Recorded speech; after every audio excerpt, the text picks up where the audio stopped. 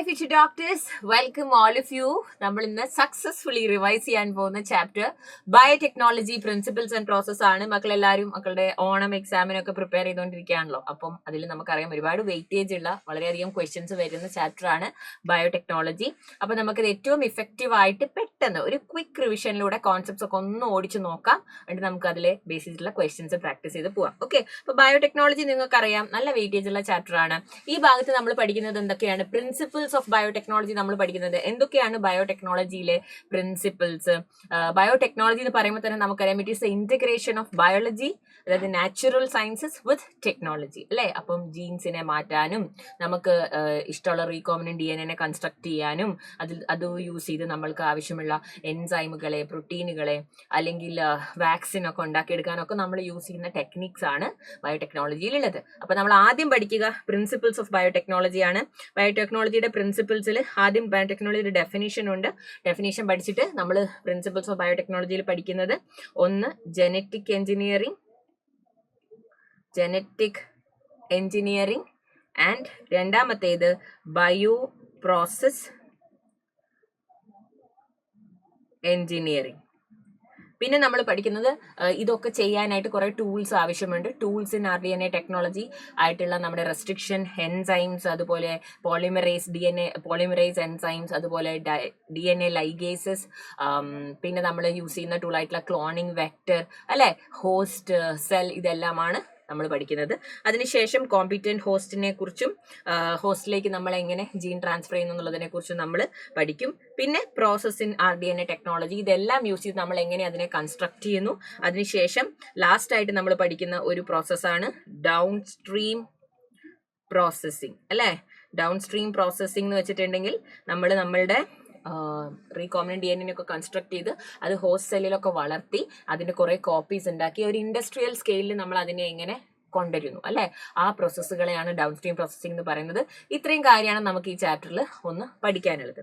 അപ്പോൾ ബയോടെക്നോളജി അതിന്റെ ഡെഫിനേഷൻ നോക്കുകയാണെങ്കിൽ നമ്മളുടെ European federation of biotechnology has given a definition of biotechnology that encompasses both traditional view and modern molecular biotechnology. അവർ പറയുന്നത് എന്താണ്? The integration of natural science and organism cells, parts thereof and molecular analogues for the products and services. European federation of biotechnology, ഇത് question വരുന്ന ഭാഗമാണ് കേട്ടോ. എല്ലാവരും ഒന്ന് not ചെയ്ത് വെക്കുക, ഇത് ഇമ്പോർട്ടൻ്റ് ആണ്, ക്വസ്റ്റ്യൻ വരും. Okay, European federation of biotechnology പറയുന്നത് എന്താണ്? നാച്ചുറൽ സയൻസസിനെയും അതുപോലെ തന്നെ ഓർഗാനിസത്തിനെയും അവരുടെ പ്രൊഡക്ട്സിനെയും ഒക്കെ ഇൻകോർപ്പറേറ്റ് ചെയ്ത് ഇന്റഗ്രേറ്റ് ചെയ്ത് ബയോളജി വിത്ത് ടെക്നോളജി അല്ലെ, നമുക്ക് യൂസ്ഫുൾ ആയിട്ടുള്ള പ്രൊഡക്ട്സ് ഉണ്ടാക്കാൻ നമ്മൾ യൂസ് ചെയ്യുന്നതാണ് പിന്നെ ബയോടെക്നോളജി എന്ന് പറയുന്നത്.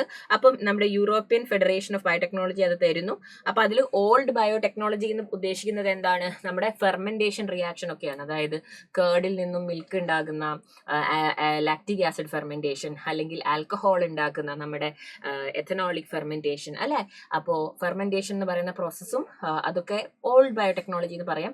ന്യൂ ബയോടെക്നോളജിയിൽ വരുന്നതാണ് നമ്മുടെ ജനറ്റിക് എഞ്ചിനീയറിംഗും അതിലെ ടെക്നിക്സും. So biotechnology deals with in vitro fertilisation leading to test tube baby. ഇതൊക്കെ എന്താണ്? ന്യൂ ഏജ് ബയോടെക്നോളജിയാണ് അല്ലെ. ബയോടെക്നോളജിയിലെ പുതിയ ഇന്നോവേഷൻസ് ആണ്. ഇപ്പോൾ സ്റ്റെറൈൽ ആയിട്ടുള്ള കപ്പിൾ ആണെങ്കിൽ അവർക്കൊരു കുട്ടി ഉണ്ടാവാനായിട്ട് ആർട്ടിഫിഷ്യൽ ആയിട്ട് ഒരു എൻവറോൺമെന്റിൽ നമുക്ക് ഒരു ടെസ്റ്റ് ട്യൂബ് ബേബിനെ ക്രിയേറ്റ് ചെയ്തെടുക്കാൻ പറ്റും. ഫെർട്ടിലൈസേഷൻ ഒരു ലബോറട്ടറി എൻവറോൺമെന്റിൽ നടത്താൻ പറ്റും അല്ലെ. Synthesizing gene and using it, നമുക്ക് ആവശ്യമുള്ള യൂസ്ഫുൾ ആയിട്ടുള്ള ഒരു ജീൻ ആണെന്ന് തോന്നുകയാണെങ്കിൽ അതിനെ നമുക്ക് സിന്തസൈസ് ചെയ്തെടുക്കാൻ പറ്റും. ഒരു DNA വാക്സിനെ അല്ലെ, വൈറൽ ഇൻഫെക്ഷൻസിനൊക്കെ എതിരായിട്ട് നമ്മളിപ്പോൾ ഒരുപാട് ബയോടെക്നോളജി അഡ്വാൻസ് ചെയ്തിരിക്കുന്നു. അറ്റൻവേറ്റഡ് വാക്സിൻസ് ഒക്കെ ഉണ്ട് അല്ലെ, ഇനാക്ടിവേറ്റഡ് ആക്കി ആ പാത്തോജനിക് ഏജന്റിന്റെ DNA തന്നെ നമ്മൾ ഇനാക്ടിവേറ്റ് ആക്കി അതിൽ നമ്മൾ വാക്സിൻസ് ഉണ്ടാക്കി എടുക്കാറുണ്ട്. And correcting defective gene, mutations കൊണ്ട് ഒരു ഡിഫക്റ്റ് ജീനിലുള്ള ഡിഫക്റ്റിനെ നമ്മൾ എന്താ പറയുക? മ്യൂട്ടേഷൻസ് എന്നാണ് പറയുക അല്ലെ. ജീൻ മ്യൂട്ടേഷൻ കൊണ്ട് ചിലപ്പോൾ നമ്മളുടെ ഒരു റോങ് പ്രോട്ടീൻ പ്രൊഡ്യൂസ് ചെയ്യാം, അല്ലെങ്കിൽ ഒരു പ്രോട്ടീൻ നമുക്ക് ആവശ്യമുള്ള ഒരു പ്രോട്ടീൻ ഉണ്ടാവുകയില്ല. അപ്പൊ അതിനെയൊക്കെ ഫൈറ്റ് ചെയ്യാനായിട്ട് കറക്റ്റ് ചെയ്യാനായിട്ടും ബയോടെക്നോളജി നമ്മളെ ഹെൽപ്പ് ചെയ്യുന്നുണ്ട്. ഇതൊക്കെയാണ് ബയോടെക്നോളജിയുടെ ഇപ്പോഴത്തെ ഒരു യൂസസ് എന്ന് പറയുന്നത്. ഓക്കെ, അപ്പം എന്തൊക്കെയാണ് 2 കാര്യങ്ങളാണ് ബയോടെക്നോളജിയുടെ ബേസിക് പ്രിൻസിപ്പിൾസ്. ഒന്ന് ജനറ്റിക് എഞ്ചിനീയറിംഗ് ആൻഡ് രണ്ടാമത്തത് bio process engineering. Genetic engineering എന്താണ്? നമ്മളൊരു ജീനിനെ എഞ്ചിനീയർ ചെയ്യാണ് അല്ലെ. Techniques to alter the chemistry of genetic material. DNA-നെയും RNA-നെയും നമ്മൾ മോളിക്കുലാർ ലെവലിൽ കട്ട് ചെയ്ത് മാറ്റി അല്ലെ, നമ്മൾക്ക് ആവശ്യമുള്ള ഒരു ഹോസ്റ്റ് ഓർഗാനിസത്തിൽ അതിനെ വളർത്തി നമുക്ക് ആവശ്യമുള്ള രീതിയിൽ ഒരു ജീനിനെ മോഡിഫൈ ചെയ്തെടുക്കുന്ന ടെക്നിക്കാണ് ജനറ്റിക് എഞ്ചിനീയറിംഗ് എന്ന് പറയുന്നത്. പിന്നെ നമ്മൾ ഈ ജീനിനെയൊക്കെ ഉണ്ടാക്കിയെടുക്കുന്ന എന്തിനാണ്?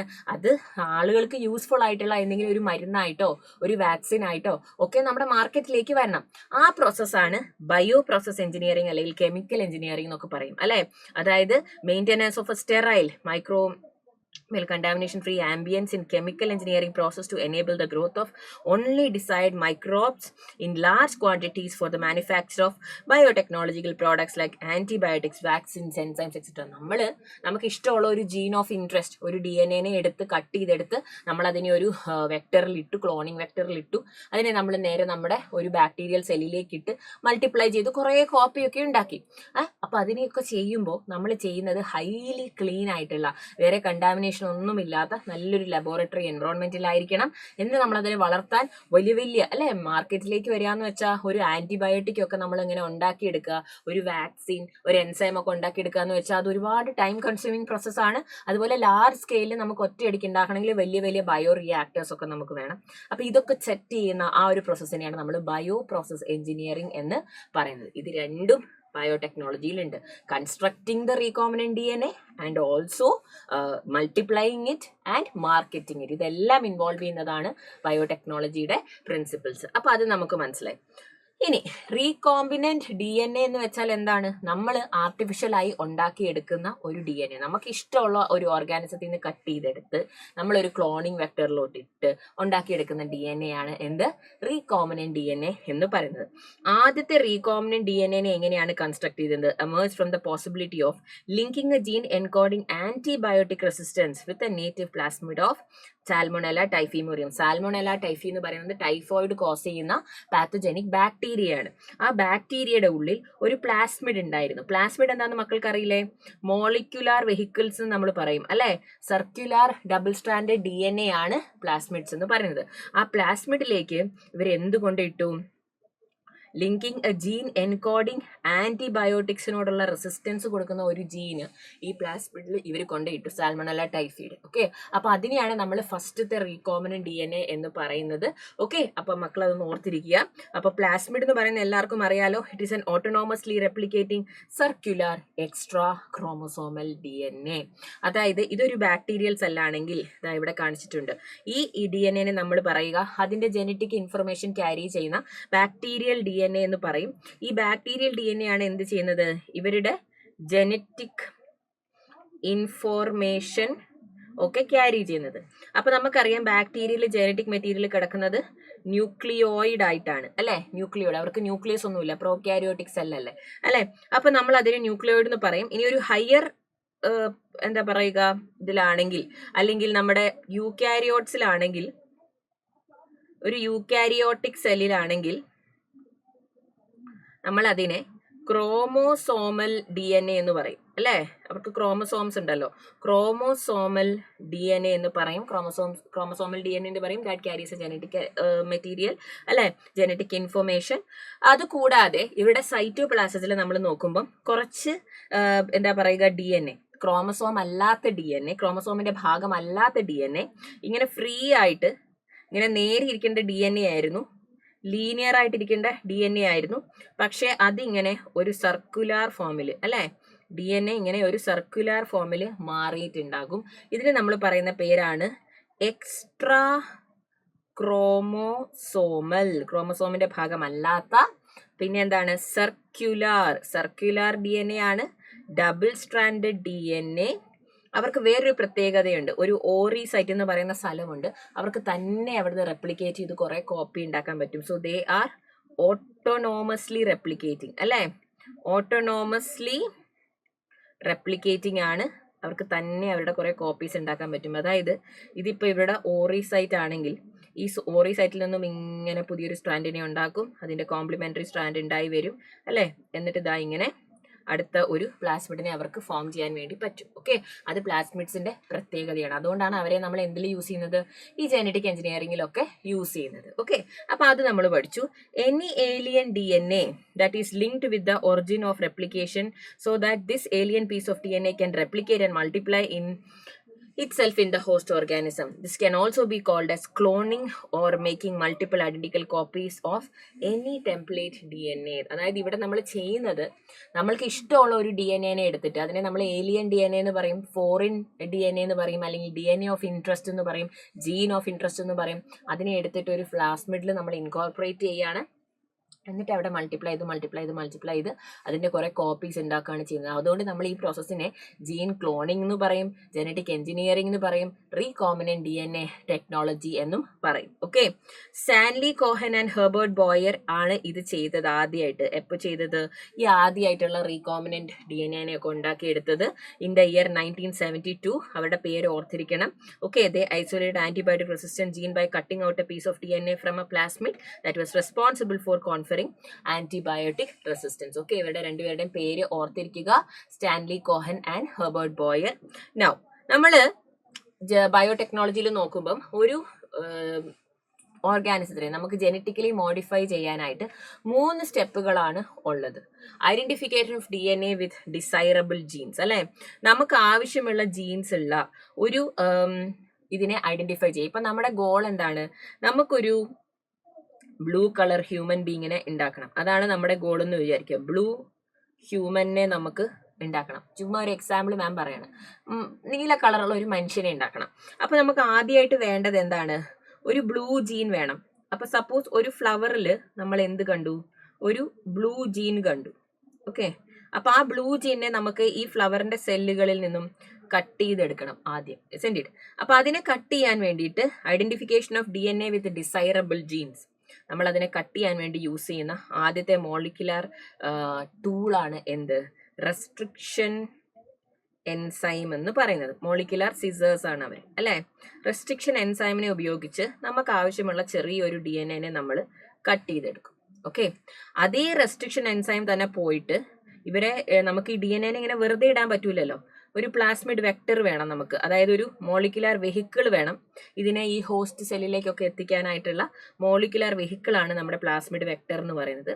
ഒരു പ്ലാസ്മിഡ് വെക്ടർ ഉണ്ട്. ഇതേ റെസ്ട്രിക്ഷൻ എൻസൈം പോയിട്ട് എന്ത് ചെയ്യും? ഇതിനെയും കട്ട് ചെയ്യും, അല്ലേ?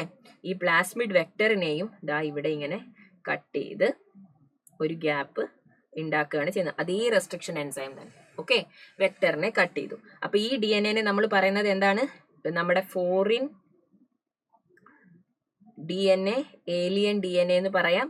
ഇതാണ് നമ്മുടെ വെക്ടർ DNA, അല്ലെ? വെക്ടറിനെയും കട്ട് ചെയ്തു. ഇനി എന്താ നടക്കുന്നത്? ഇതിനെ ഇങ്ങോട്ടേക്ക് ഇന്റഗ്രേറ്റ് ചെയ്യണം, അല്ലെ? അപ്പൊ നമുക്കറിയാം DNA ലൈഗേസ് ആണ് അത് ചെയ്യുക. DNA ലൈഗേസ് വന്നിട്ട് റെസ്ട്രിക്ഷൻ എൻസൈം കട്ട് ചെയ്ത് അതിനെ കൊണ്ടുവന്നിട്ട് ഈ വെക്ടറിലേക്ക് ഇടും. എന്നിട്ട് അപ്പൊ നമുക്ക് എന്ത് കിട്ടി? നമ്മുടെ റീകോമിനന്റ് DNA ഇവിടെ കിട്ടുകയാണ്, അല്ലെ? റീകോമിനന്റ് DNA കിട്ടി. Introduction of the identified DNA into the host. ഇനി നമുക്ക് ഇതിനെ നേരെ എടുത്തിട്ട് ഒരു സെല്ലിൽ മൾട്ടിപ്ലൈ ചെയ്യിപ്പിക്കണം. തന്നെ ഇരുന്ന് അതിന് മൾട്ടിപ്ലൈ ചെയ്യാൻ പറ്റൂല. അപ്പൊ നമ്മൾ അതിനെ എന്തിലേക്ക് ഇടും? ഒരു ബാക്ടീരിയൽ സെല്ലിലേക്ക് നമ്മൾ ഇട്ട് കൊടുക്കും, അല്ലെ? അപ്പൊ ബാക്ടീരിയൽ സെല്ലിന് ഓൾറെഡി അവരുടേതായ DNA ഉണ്ടാകും. അത് നമ്മുടെ ഈ റീകോമിനന്റ് DNA ആയിട്ട് എന്ത് ചെയ്യും? ഇന്റഗ്രേറ്റ് ചെയ്യും, അല്ലെ? എന്നിട്ട് അതിന്റെ കുറെ കോപ്പികൾ ഉണ്ടാക്കും. അതിന്റെ കുറേ കോപ്പി നമ്മൾ ഉണ്ടാക്കി നമ്മുടെ റീകോമിനൻസിനെ ഒക്കെ ഐഡന്റിഫൈ ചെയ്ത് കഴിയുമ്പോഴാണ് നമ്മൾ അതിനെ നേരെ എങ്ങോട്ട് ഇൻട്രൊഡ്യൂസ് ചെയ്യുക? ഹ്യൂമൻസിലേക്ക് ഇൻട്രൊഡ്യൂസ് ചെയ്യുക. അതായത് ആ ബ്ലൂ ജീനിനെ നമ്മൾ തന്നെ നമുക്ക് ആവശ്യമുള്ള രീതിയിൽ കൺസ്ട്രക്ട് ചെയ്തെടുത്തു. അതിനെ നമ്മൾ നമ്മുടെ ഹ്യൂമൻസിലേക്ക്, അതായത് ഹ്യൂമൻ സെൽസിലേക്ക് ആദ്യം ഇൻട്രൊഡ്യൂസ് ചെയ്യും, അല്ലെ? അത് അവിടെ കുറേ മൾട്ടിപ്ലൈ ചെയ്യും നമ്മുടെ ബ്ലൂ ജീന്. എന്നിട്ടാണ് അത് നമ്മൾ ഇങ്ങോട്ടേക്ക് ഇൻട്രൊഡ്യൂസ് ചെയ്യുന്നത്. അതിന് പല മെത്തേഡ്സ് ഉണ്ട്. ഇതാണ് ശരിക്കും എന്ത്? നമ്മുടെ ജനറ്റിക്കലി ഒരു ഓർഗാനിസത്തിനെ മോഡിഫൈ ചെയ്യാന്ന് പറയുമ്പോൾ ചെയ്യുന്നത്. അപ്പൊ സാധാരണ ആയിട്ടുള്ള ഒരാൾക്ക് നമ്മൾ ഈ ഒരു കളർ ഉണ്ടാക്കാൻ വേണ്ടി ചെയ്യുന്ന സ്റ്റെപ്പുകൾ, അല്ലെ? ഇതൊക്കെയാണ് നമ്മുടെ ജനറ്റിക് എഞ്ചിനീയറിംഗിന്റെ സ്റ്റെപ്പുകൾ എന്ന് പറയുന്നത്. ഇത് അച്ചീവ് ചെയ്യാനായിട്ട് നമുക്ക് കുറച്ച് ടൂൾസ് ആവശ്യമുണ്ട്. അതാണ് നമ്മുടെ tools of recombinant DNA technology അല്ലെങ്കിൽ ജനറ്റിക് എഞ്ചിനീയറിംഗ്. എന്തൊക്കെയാണ്? നമുക്ക് റെസ്ട്രിക്ഷൻ എൻസൈംസ് വേണം. റെസ്ട്രിക്ഷൻ എൻസൈംസ് എന്ന് പറയുന്നത് മോളിക്യുലാർ സീസേഴ്സ് ആണ്, അല്ലെ? മോളിക്യുലാർ സീസേഴ്സ് ആണ് isn't it? Yes, അവര് DNA കട്ട് ചെയ്യാൻ ആഗ്രഹിക്കും, ഹെൽപ്പ് ചെയ്യും. And polymerase enzyme, DNA polymerase എന്ന് പറയുന്നത് എന്താണ്? DNA റെപ്ലിക്കേറ്റ് ചെയ്യാൻ ഹെൽപ്പ് ചെയ്യുന്ന, DNA കുറെ കോപ്പീസ് ഉണ്ടാക്കാൻ ഹെൽപ്പ് ചെയ്യുന്ന, DNA റെപ്ലിക്കേഷന് വേണ്ടി ഹെൽപ്പ് ചെയ്യുന്ന ആൾക്കാരാണ് ലൈഗേസസ് എന്ന് പറഞ്ഞാൽ. നമ്മൾ അവരെ മോളിക്യുലാർ ഗ്ലൂസ് അല്ലെങ്കിൽ മോളിക്യുലാർ ഗംസ് എന്നൊക്കെ പറയും. കാരണം രണ്ട് DNA കട്ട് ചെയ്ത എൻഡുകളെ തമ്മിൽ സ്റ്റിക്ക് ചെയ്യിപ്പിക്കാൻ യൂസ് ചെയ്യുന്ന മോളിക്യുലാർ ഗ്ലൂസ് ആണ് നമ്മുടെ ലൈഗേസസ്. വെക്ടേഴ്സിനെ നമ്മൾ എന്താ പറയുക? മോളിക്യുലാർ വെഹിക്കിൾസ് എന്ന് പറയും അല്ലേ? നമ്മുടെ ഈ ഫോറിൻ DNA ക്യാരി ചെയ്യുന്ന വെഹിക്കിൾസ്, വണ്ടികളല്ലേ അവര്, എന്നിട്ട് അവരല്ലേ അതിനെ കറക്റ്റ് ഹോസ്റ്റ് സെല്ലിലേക്കൊക്കെ എത്തിക്കുന്നത്. ഹോസ്റ്റ് ഓർഗാനിസം നമ്മൾ മെയിനായിട്ട് യൂസ് ചെയ്യുന്നത് ബാക്ടീരിയൽ സെല്ലുകളെയാണ്. അതിലൊന്നാണ് ഈക്കോളൈ ബാക്ടീരിയ, എസ്ചെരീഷ്യ കൊളൈ എന്ന് പറയുന്ന ബാക്ടീരിയയുടെ സെല്ലൊക്കെയാണ് നമ്മൾ യൂസ് ചെയ്യുന്നത്. അപ്പൊ ഇതൊക്കെയാണ് നമുക്ക് ഈ കാര്യങ്ങൾ. മാം ഇപ്പൊ ഇവിടെ പറഞ്ഞു തന്നില്ലേ, ഈ ബ്ലൂ കളർ ഹ്യൂമൻ ബീങ്ങിനെ ഒക്കെ ഉണ്ടാക്കാൻ വേണ്ടി നമുക്ക് വേണ്ട കാര്യങ്ങളൊക്കെ ചെയ്തു തരുന്നത് ഇവരെല്ലാരും കൂടിയാണ് അല്ലെ? അപ്പൊ നമുക്കറിയാം, ഒരു റെസ്ട്രിക്ഷൻ എൻസൈം നമ്മൾ നോക്കുകയാണെങ്കിൽ they belong to a large class of enzymes called nucleases. Nucleases രണ്ട് തരമുണ്ട്, exonucleases and endonucleases. ഇവരുടെ റോൾ എന്താ? DNA കട്ട് ചെയ്യുക അല്ലെ? DNA എന്ത് ചെയ്യണം? കട്ട് ചെയ്യണം. എന്നിട്ട് നമുക്ക് ഇഷ്ടമുള്ള രീതിയിൽ അതിനെ എടുത്തിട്ട് അതിനെ കൊണ്ടുപോയി നമുക്ക് വെക്ടറിലേക്ക് ഇട്ട് കൊടുക്കണം, isn't it? അപ്പോ ഇത് ഇപ്പം ഒരു DNA ആണെങ്കിൽ, ഓക്കെ, ഈ DNA കട്ട് ചെയ്യേണ്ട ഭാഗം എന്ന് പറയുന്നത്, നമ്മുടെ സീക്വൻസ് എന്ന് പറയുന്നത് ഇതാണെന്ന് വിചാരിക്കാം. ഓക്കെ, അപ്പൊ കട്ട് ചെയ്യേണ്ട സീക്വൻസ് എന്ന് പറയുന്നത്, DNA ഉണ്ടായിരിക്കുന്നത് ബേസ് പെയറിംഗ് കൊണ്ടെന്നാണെന്ന് മക്കൾക്ക് അറിയാലോ. ഡബിൾ ഹെലിക്കൽ DNA ഉണ്ടായിരിക്കുന്നത് ബേസ് പെയറിംഗ് നടക്കുന്നത് കൊണ്ടാണെന്ന് മക്കൾക്ക് അറിയാലോ. യെസ്, DNA ഉണ്ടായിരിക്കുന്നത് ബേസ് പെയറിംഗ് കൊണ്ടാണെന്ന് മക്കൾക്ക് അറിയാലോ. യെസ്, അപ്പൊ ഇതാ നോക്കുമ്പോ നമ്മള് GATTC അല്ലെ? അപ്പൊ അതിന്റെ കോംപ്ലിമെന്ററി ആയിട്ട് ഇവിടെ ഉണ്ടാകും CTTAAG എന്ന് പറയുന്ന ഒരു വലിയ സ്ട്രാൻഡ് ഇങ്ങനെ ഉണ്ടെന്ന് വിചാരിക്കാം. ഓക്കെ, അപ്പം ഈ എക്സോ ന്യൂക്ലിയസസ് പോയിട്ട് ഇവരെ കട്ട് ചെയ്യുന്നത് എപ്പോഴും ഇതിന്റെ പുറത്തായിരിക്കും, outside of that particular sequence. നമുക്ക് ഏത് കട്ട് ചെയ്തെടുക്കണോ അതിന്റെ പുറത്തായിരിക്കും പോയിട്ട് ഇവർ കട്ട് ചെയ്യുന്നത്. So remove nucleotides from the ends of the DNA. പക്ഷേ ഇവരെന്താ ചെയ്യുക? ഇതേ ആൾക്കാർ എൻഡോ ന്യൂക്ലിയസസ് എന്ന് പറയുമ്പോഴോ അവര് GAATTC ആൻഡ് CTTAAG എന്ന് പറയുന്ന നമ്മുടെ ഈ ഇതാണെങ്കിൽ ഇത് 5' 3', ഇത് 3', 5' അല്ലെ? ഡബിൾ സ്റ്റാൻഡേർഡ് DNA ആണല്ലോ. അതിനെ വിത്തിൻ ദാറ്റ് സീക്വൻസ്, ഇവിടുന്ന് ജീൻ്റെ ഇവിടെ കട്ട് ചെയ്യുകയാണെങ്കിൽ ജീൻ്റെ ഇടയിൽ ഇവിടെയും കട്ട് ചെയ്യും. വിത്തിൻ ദാറ്റ് സീക്വൻസ് ആയിരിക്കും ഇവർ കട്ട് ചെയ്യുക. അതുകൊണ്ടാണ് നമ്മൾ ഇവരെ എൻഡോ ന്യൂക്ലിയസസ് എന്ന് പറയുന്നത് അല്ലെ?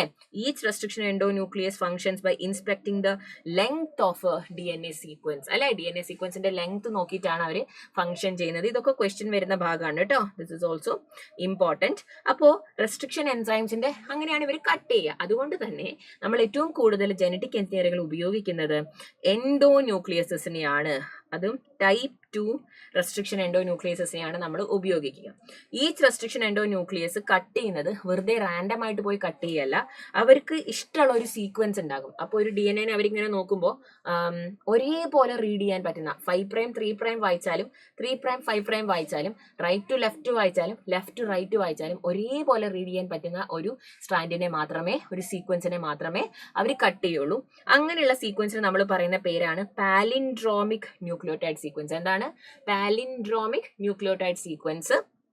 അതായത് ഫോർവേഡ് ബാക്ക്വേർഡ് വായിച്ചാലും മലയാളം എന്നൊക്കെയുള്ള വേർഡ് പോലെ അങ്ങോട്ട് വായിച്ചാലും ഇങ്ങോട്ട് വായിച്ചാലും ഒരേപോലെ ഇരിക്കുന്ന സീക്വൻസ് ആണ്. ഓക്കെ, യെസ്, അതായത് ഇവിടെ നോക്കിക്കേ, 5', 3' നോക്കുമ്പോൾ ഇത് GAATTC ആണ്.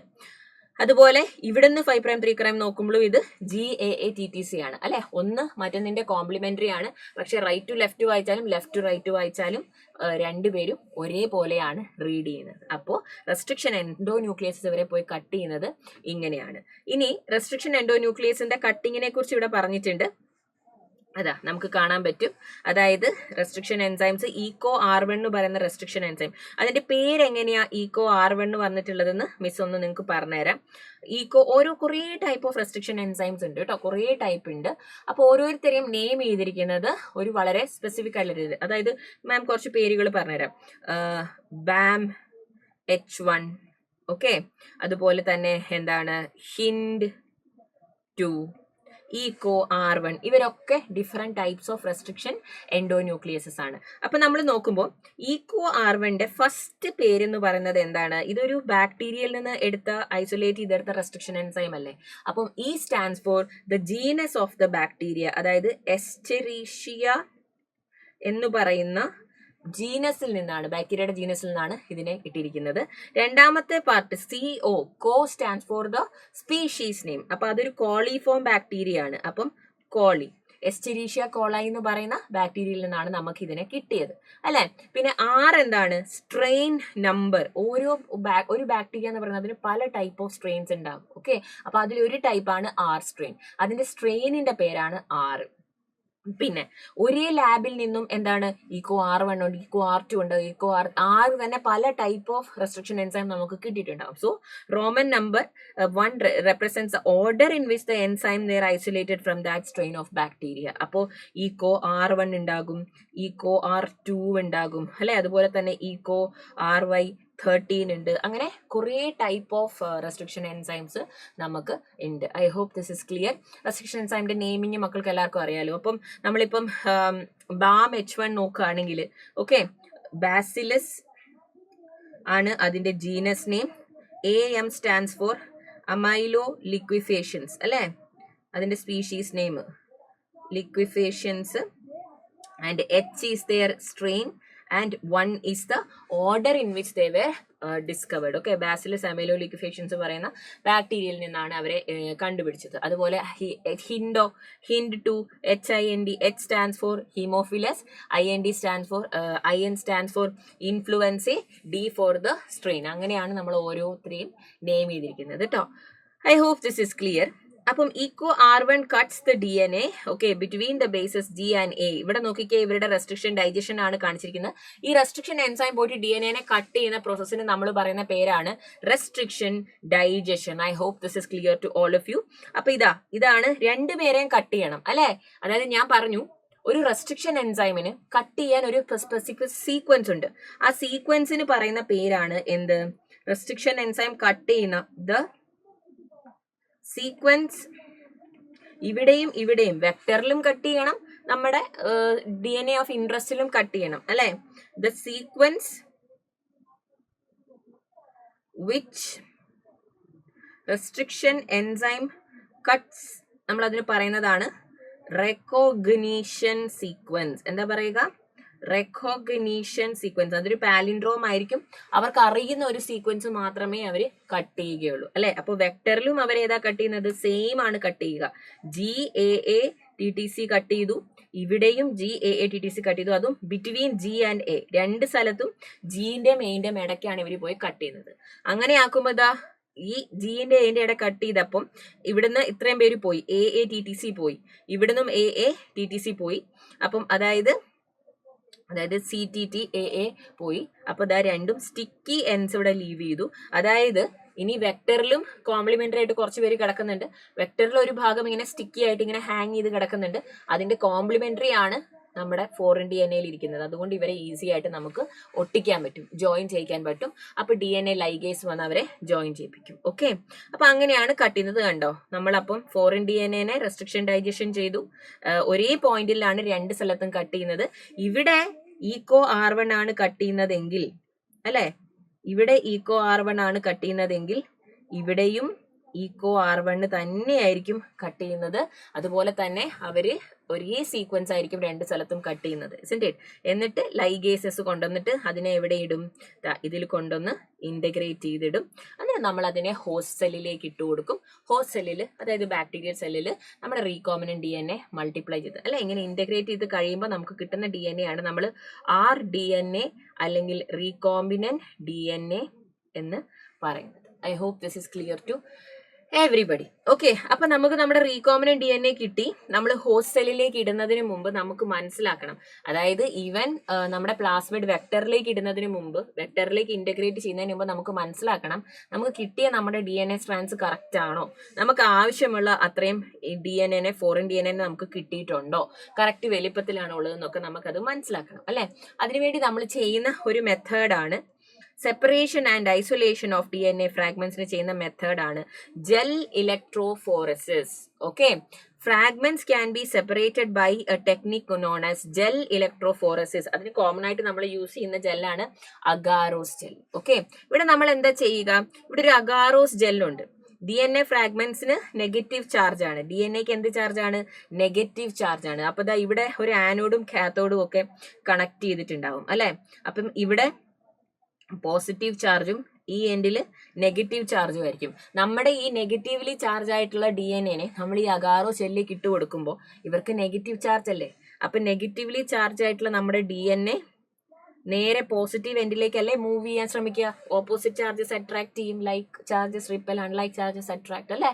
പോസിറ്റീവ് എൻഡിലേക്ക് മൂവ് ചെയ്യും. പക്ഷെ ഇവർ മൂവ് ചെയ്യുന്നത് എങ്ങനെയാണ്, സൈസ് കുറവുള്ള ഫ്രാഗ്മെന്റ്സ് പെട്ടെന്ന് മൂവ് ചെയ്യും, സൈസ് കൂടുതലുള്ള വലിയ തടിയന്മാരായിട്ടുള്ള ഫ്രാഗ്മെന്റ്സ് പതുക്കെ പതുക്കെ ആയിരിക്കും മൂവ് ചെയ്യുക. So based on that, okay, yes, based on that, അതായത് ഹെവി ഹൈ മോളിക്കുലർ വെയിറ്റ് ഉള്ളവർ പതുക്കെ മൂവ് ചെയ്യും, കുറച്ച് വെയിറ്റ് ഉള്ളവർ പെട്ടെന്ന് മൂവ് ചെയ്യും. അതിനെ ബേസ് ചെയ്ത് നമുക്ക് സ്ട്രാൻഡുകളെ സെപ്പറേറ്റ് ചെയ്ത് കാണാൻ പറ്റും. The most commonly use matrix is agarose. അതൊരു നാച്ചുറൽ പോളിമർ ആണെന്ന് നമുക്കറിയാം. എന്നിട്ട് നമ്മൾ എന്ത് ചെയ്യും, നമ്മളുടെ DNA നമ്മൾ ഇതിലേക്ക് നമുക്കിത് കാണണം അല്ലെ, നമ്മുടെ സ്ട്രാൻഡുകളെ വിസിബിൾ ആയിട്ട് കാണാൻ വേണ്ടി ബാൻഡായിട്ട് നമുക്ക് കാണാൻ പറ്റും. അതിലേക്ക് നമ്മൾ ഒരു കളർ ഇട്ട് കൊടുക്കും. അതാണ് എന്ത്, ഒരു ക്രോമോജനിക് സബ്സ്ട്രേറ്റ് ഇട്ട് കൊടുക്കും. അതാണ് നമ്മുടെ എഥീഡിയം ബ്രോമൈഡ്. എത്രീഡിയം ബ്രോമൈഡ് ഇട്ടിട്ട് നമ്മൾ അതിനെ നേരെ എവിടെ വെക്കും, ഒരു UV ട്രാൻസ് ഇലുമിനേറ്ററിൽ വെക്കും. UV ട്രാൻസ് ഇലുമിനേറ്റർ എന്ന് പറയുന്നത് ഒരു ഇൻസ്ട്രുമെന്റ് ആണ് കേട്ടോ. അപ്പൊ നമ്മൾ ആദ്യം നമ്മുടെ ഫോറിൻ DNA ഐഡന്റിഫൈ ചെയ്തു, റെസ്ട്രിക്ഷൻ എൻസൈം ഉപയോഗിച്ച് അതിനെ വെക്ടറിലും കട്ട് ചെയ്തു, നമ്മുടെ ഫോറിൻ DNA കട്ട് ചെയ്തെടുത്തു. വെക്ടറിലേക്ക് ഇടുന്നതിന് മുമ്പ് നമ്മുടെ ഫോറിൻ DNA ഫ്രാഗ്മെന്റ്സിനെ നമ്മൾ അഗാറോസ് ജെല്ലിൽ ഇട്ട് എന്ത് ചെയ്യാണ്, നമ്മൾ ഐഡന്റിഫൈ ചെയ്യാണ് അല്ലെ, നമുക്ക് കറക്റ്റ് ആയിട്ടുള്ളത് കിട്ടിയിട്ടുണ്ടോ എന്ന്. അപ്പൊ നമ്മൾ അഗാറോസ് ജെല്ലിൽ വെച്ചിട്ട് അവരുടെ സൈസ് വെച്ച് അവർ സ്പെഷ്യൽ സെപ്പറേറ്റ് ആയിട്ട് മൂവ് ചെയ്യും. എന്നിട്ട് നമ്മൾ അതിലേക്ക് ഒരു ഡൈ ഇടുകയാണ്, എഥീഡിയം ബ്രോമൈഡ്. അത് ഇടുമ്പോൾ നമുക്ക് എന്താ കിട്ടുക, ബ്രൈറ്റ് ഓറഞ്ച് ബാൻഡ്സ് ആയിട്ട്. ഇതൊക്കെ ക്വസ്റ്റ്യൻ വരുന്ന ഭാഗമാണ്. ബ്രൈറ്റ് ഓറഞ്ച് ബാൻഡ് ആയിട്ട് നമ്മുടെ DNA കാണാൻ പറ്റും. അതിൽ നമ്മൾ സെലക്ട് ചെയ്തെടുക്കും അല്ലെ. ആ സെലക്ട് ചെയ്യുന്നവരെയാണ് നമ്മൾ വേറെ വെക്ടറിലേക്ക് ഇൻട്രൊഡ്യൂസ് ചെയ്യുക. യെസ്, അപ്പം separation and isolation of DNA വരെ നമ്മൾ പഠിച്ചു. നമുക്ക് കുറച്ച് ക്വസ്റ്റ്യൻസ് ചെയ്ത് നോക്കാം. Biotechnology deals with techniques of which of the following to produce products useful to humans? Enzymes from organism, live organisms, vitamins, both A and B. രണ്ടിനെയും നമ്മൾ use ചെയ്യുന്നുണ്ട് അല്ലേ. ബോത്ത് A and B ആണ് correct answer വരിക. Which of the following does not fall within the area of biotechnology? Extraction of Which of the following does not fall within the area of biotechnology? Extraction of copper from its ore through metallurgy, formation of yogurt and cheese from milk, production of insulin using gene therapy, production of antibiotics from molds എന്ന് പറയുന്നത് fungus. Okay, ആദ്യത്തേതാണ് അല്ലെ, extraction of copper. അതൊന്നും ഇതിൽ വരുന്നതല്ല, ബയോടെക്നോളജിയിൽ വരുന്നതല്ല. I hope this is clear to everybody. Plasmid is extra chromosomal circular DNA in bacteria, autonomous replicating unit in prokaryote, an important vector in our DNA technology. All of this എന്താണ്, extra chromosomal circular DNA that is present in bacteria ആണ്, correct ആണ്. Autonomously replicating unit ആണ് അത് പ്രോകാരിയോട്സിൽ. And important vector in recombinant DNA technology. എല്ലാം പ്ലാസ്മിഡിനെ കുറിച്ചിട്ടുള്ള കാര്യങ്ങളല്ലേ. യെസ്, അപ്പം ഓൾ ഓഫ് ദിസ് ആണ് നമ്മുടെ കറക്റ്റ് ആയിട്ടുള്ള ആൻസർ വരിക അല്ലെ. എല്ലാം പ്ലാസ്മിഡിനെ കുറിച്ചുള്ള ഇമ്പോർട്ടൻറ്റ് ഫീച്ചേഴ്സ് ആണ്. യെസ്, അത് ബാക്ടീരിയയിൽ പ്രസന്റ് ആണ്. ബാക്ടീരിയ തന്നെയാണ് പ്രോകാരിയോട്ട്. ഓട്ടോണോമസ് റെപ്ലിക്കേറ്റ് ചെയ്യാൻ പറ്റും. എക്സ്ട്രാ ക്രോമസോമൽ സർക്കുലർ DNA ആണ്. ഇമ്പോർട്ടൻറ്റ് വെക്ടർ ആണ് used in RDNA technology. I hope this is clear to everybody. Now, genetic engineering includes creation of recombinant DNA by gene cloning, gene transfer, gene transcription, both A and B. എന്തിലൂടെയാണ് നമ്മൾ ഒരു recombinant DNA create ചെയ്യുന്നത്? Gene ക്ലോണിങ്ങിലൂടെയാണ് അല്ലെ. Recombinant DNA construction നമ്മൾ പറയുന്ന മറ്റൊരു പേരാണ് gene cloning. For making a genetically modified organism, three basic steps that are required are, എന്തൊക്കെയാണ് three basic steps എന്ന് പറയുന്നത്? Identification of DNA with desirable gene, introduction into DNA into the host, maintenance of introduced DNA in host, and transfer of DNA into its progeny. എല്ലാം ശരിയാണ് അല്ലെ. ഒരു genetically modified ഓർഗാനിസത്തിനെ ഉണ്ടാക്കാനായിട്ട് ഇതെല്ലാം നമുക്ക് വേണ്ട സ്റ്റെപ്പുകളാണ്. ഇസ്ന്റ് ഇറ്റ്? യെസ്, നമ്മൾ ഓൾറെഡി ഇത് പഠിച്ചു. DNA ഡിസൈറബിൾ ഐഡന്റിഫൈ ചെയ്യണം, അതിനെ ഒരു സ്യൂട്ടബിൾ ക്ലോണിംഗ് വെക്ടർ, അതിനുശേഷം ഹോസ്റ്റിലേക്ക് ഇൻട്രൊഡ്യൂസ് ചെയ്യണം അല്ലെ, എന്നിട്ട് നമ്മൾ അതിനെ പ്രോജനിയിലേക്ക് ട്രാൻസ്ഫർ ചെയ്യണം. Okay, next question. EFB stands for European federation of biotechnology ആണ് അല്ലെ, European federation of biotechnology. Yes, അവരുടെ ഡെഫിനിഷൻ ഓഫ് ബയോടെക്നോളജി നമ്മൾ പഠിച്ചതാണ്. Plasmid can be characterized by the following: autonomously replicating ആണ്, extra chromosomal ആണ്, circular double-stranded DNA ആണ്. All of this ആണ് correct ആയിട്ടുള്ള answer. The construction of the first recombinant DNA was done by using the native plasmid of E. coli, Salmonella typhi, Agrobacterium tumefaciens, retrovirus. Salmonella നിന്നാണ് അല്ലേ? Yes, the first recombinant DNA was constructed in the year 1972 by Stanley Cohen and Herbert Boyer ആണ്. I hope this is clear to everybody. The basic steps of genetically modifying an organism are given below randomly. Identification of DNA with desirable genes, maintenance of introduced DNA in the host and transfer of DNA into its progeny, introduction of identified DNA into the host. ആദ്യം തന്നെ നമ്മൾ ചെയ്യുന്നത് എന്താണ്? Identification ആണ്. അതിനുശേഷം നമ്മൾ അതിനെ ഒരു ഹോസ്റ്റിലേക്ക് ഇൻട്രൊഡ്യൂസ് ചെയ്യും. അതിനുശേഷം നമ്മൾ മെയിൻ്റനൻസ് ചെയ്യും അല്ലെ. അപ്പൊ ശരിക്കും വരുന്നത് എന്താണ്? 1, 3, 2 ആണ് വരിക അല്ലെ. ഓപ്ഷൻ 2 ആണ് നമ്മുടെ കറക്റ്റ് ആയിട്ടുള്ള ആൻസർ എന്ന് പറയുന്നത്. നൊബേൽ പ്രൈസ് ഫോർ ക്വസ്റ്റ്യൻ വേണ്ട. Molecular scissors or molecular scalpels are our restriction enzymes. അപ്പൊ നമ്മൾ കുറച്ച് ക്വസ്റ്റ്യൻസ് ചെയ്തിട്ടുണ്ട് ഇവരെ കുറിച്ചുള്ളത്. ഇനി നമ്മൾ എന്താ ചെയ്യാൻ പോകുന്നത്? നമുക്ക് ക്ലോണിംഗ് വെക്ടേഴ്സിലേക്ക് പോകണം. മോളിക്കുലാർ എന്താ പറയുക, വെഹിക്കിൾസ് ആണ്. അപ്പൊ നമ്മൾ ടൂൾസ് ഓഫ് ജനറ്റിക് എഞ്ചിനീയറിംഗ് ആയിരുന്നു നോക്കിക്കൊണ്ടിരിക്കുന്നത്. അപ്പൊ these are vehicles use to carry the genes from one cell to another cell. നമുക്കറിയാം ക്ലോണിംഗ് വെക്ടർ എന്ന് പറയുന്നത് പല പ്രോക്യാരിയോട്ടിക് സെൽസിലും ബാക്ടീരിയയിലും ചില യൂക്യാരിയോട്ടിക് സെല്ലിലും ഒക്കെ നാച്ചുറലി ഒക്യൂറിംഗ് ആയിട്ടുള്ളവരുണ്ട്. They are nothing but circular double standard DNA. They are capable of autonomous replication and they can carry some selectable markers, some marker genes ഒക്കെ അല്ലേ.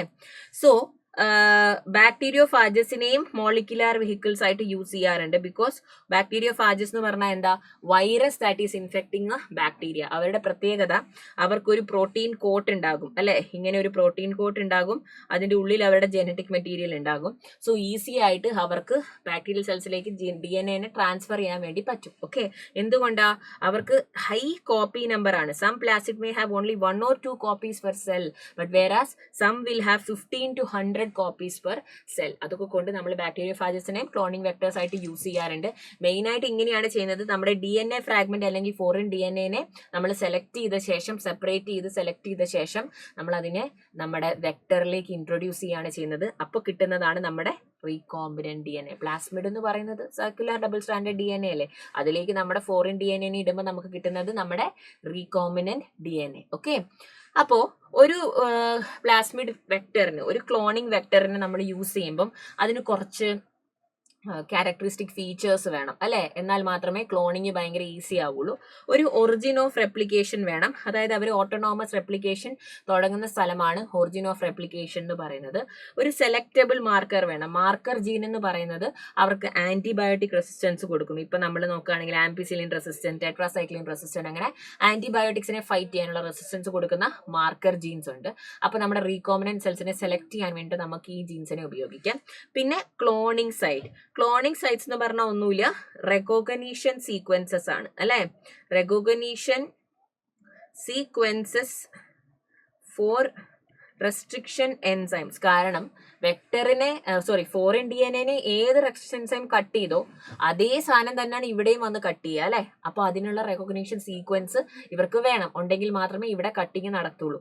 സോ റെക്കോഗ്നീഷൻ സീക്വൻസ് ശരിക്കും പറഞ്ഞാൽ ഒരു ഐഡിയൽ പ്ലാസ്മിഡിൽ 1 or very few മാത്രമേ ഉണ്ടാവാൻ പാടുള്ളൂ. കുറേ മൾട്ടിപ്പിൾ ക്ലോണിംഗ് സൈറ്റ്സ് ഉള്ളത്, റെക്കഗ്നീഷൻ സൈറ്റ്സ് ഉള്ളത് ശരിക്കും പറഞ്ഞാൽ ജീൻ ക്ലോണിംഗ് അല്ലെങ്കിൽ റീകോമിനന്റിയുടെ കൺസ്ട്രക്ഷൻ ഭയങ്കര ബുദ്ധിമുട്ടാക്കുമെന്നാണ് പറയുക. പക്ഷെ ഇവിടെ ഈക്കോളൈ ക്ലോണിംഗ് വെക്ടർ നമ്മുടെ PBR322 നമ്മൾ ആർട്ടിഫിഷ്യലി കൺസ്ട്രക്ട് ചെയ്തെടുത്ത ഒരു ക്ലോണിംഗ് വെക്ടർ ആണ്. PBR എന്നൊക്കെയുള്ള പേരെന്ന് വെച്ചിട്ടുണ്ടെങ്കിൽ P for plasmid and B for Bolivar, R for Rodriguez. 322 എന്ന് പറഞ്ഞാൽ അഗൈൻ അഗെയിൻ അവരുടെ ലാബ് എന്താ പറയുക, എന്തിൽ നിന്നാണ് അവരിതിനെ കൺസ്ട്രക്ട് ചെയ്തെടുത്തത്, അങ്ങനെയുള്ള കുറച്ച് നമ്പേഴ്സ് ആണ് അല്ലെ, കുറച്ച് ഐഡന്റിഫിക്കേഷൻ നമ്പേഴ്സ് ആണ്. So that means it is N artificially constructed plasmid. ഇത് നാച്ചുറലി ഓക്യൂറിംഗ് അല്ല. അതുകൊണ്ടാണ് നമുക്ക് ഇതിൽ ഇത്രയും മൾട്ടിപ്പിൾ എന്താ പറയുക ക്ലോണിങ് സൈറ്റ്സ് ഒക്കെ കാണാൻ പറ്റുന്നത്. പിന്നെ ROP എന്ന് പറയുന്നത് ഇവർക്ക് ആവശ്യമുള്ള പ്രോട്ടീൻസിനെ ഉണ്ടാക്കാനുള്ള ചില ജീൻസ് അടങ്ങിയിരിക്കുന്ന സ്ഥലമാണ് അല്ലെ. അപ്പം ORI ഉണ്ട്, ROP ഉണ്ട്, ആംപിസിലിൻ ടെട്രാസൈക്ലിൻ റെസിസ്റ്റൻസ് ഉണ്ട്, and multiple cloning sites, recognition sequences ഉണ്ട്.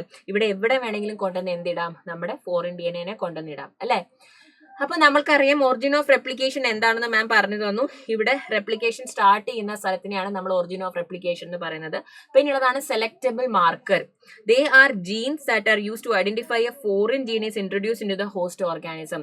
Normally genes encoding resistance to antibiotics such as ampicillin, chloramphenicol, tetracycline or kanamycin are considered a useful selectable markers for E. coli. അതായത് നമ്മളിവിടെ എന്താ ചെയ്യുന്നത്, നമ്മളുടെ ഈ plasmid, മക്കളെ എല്ലാവരും ശ്രദ്ധിക്കുന്നുണ്ടെന്ന് വിചാരിക്കുന്നു കേട്ടോ.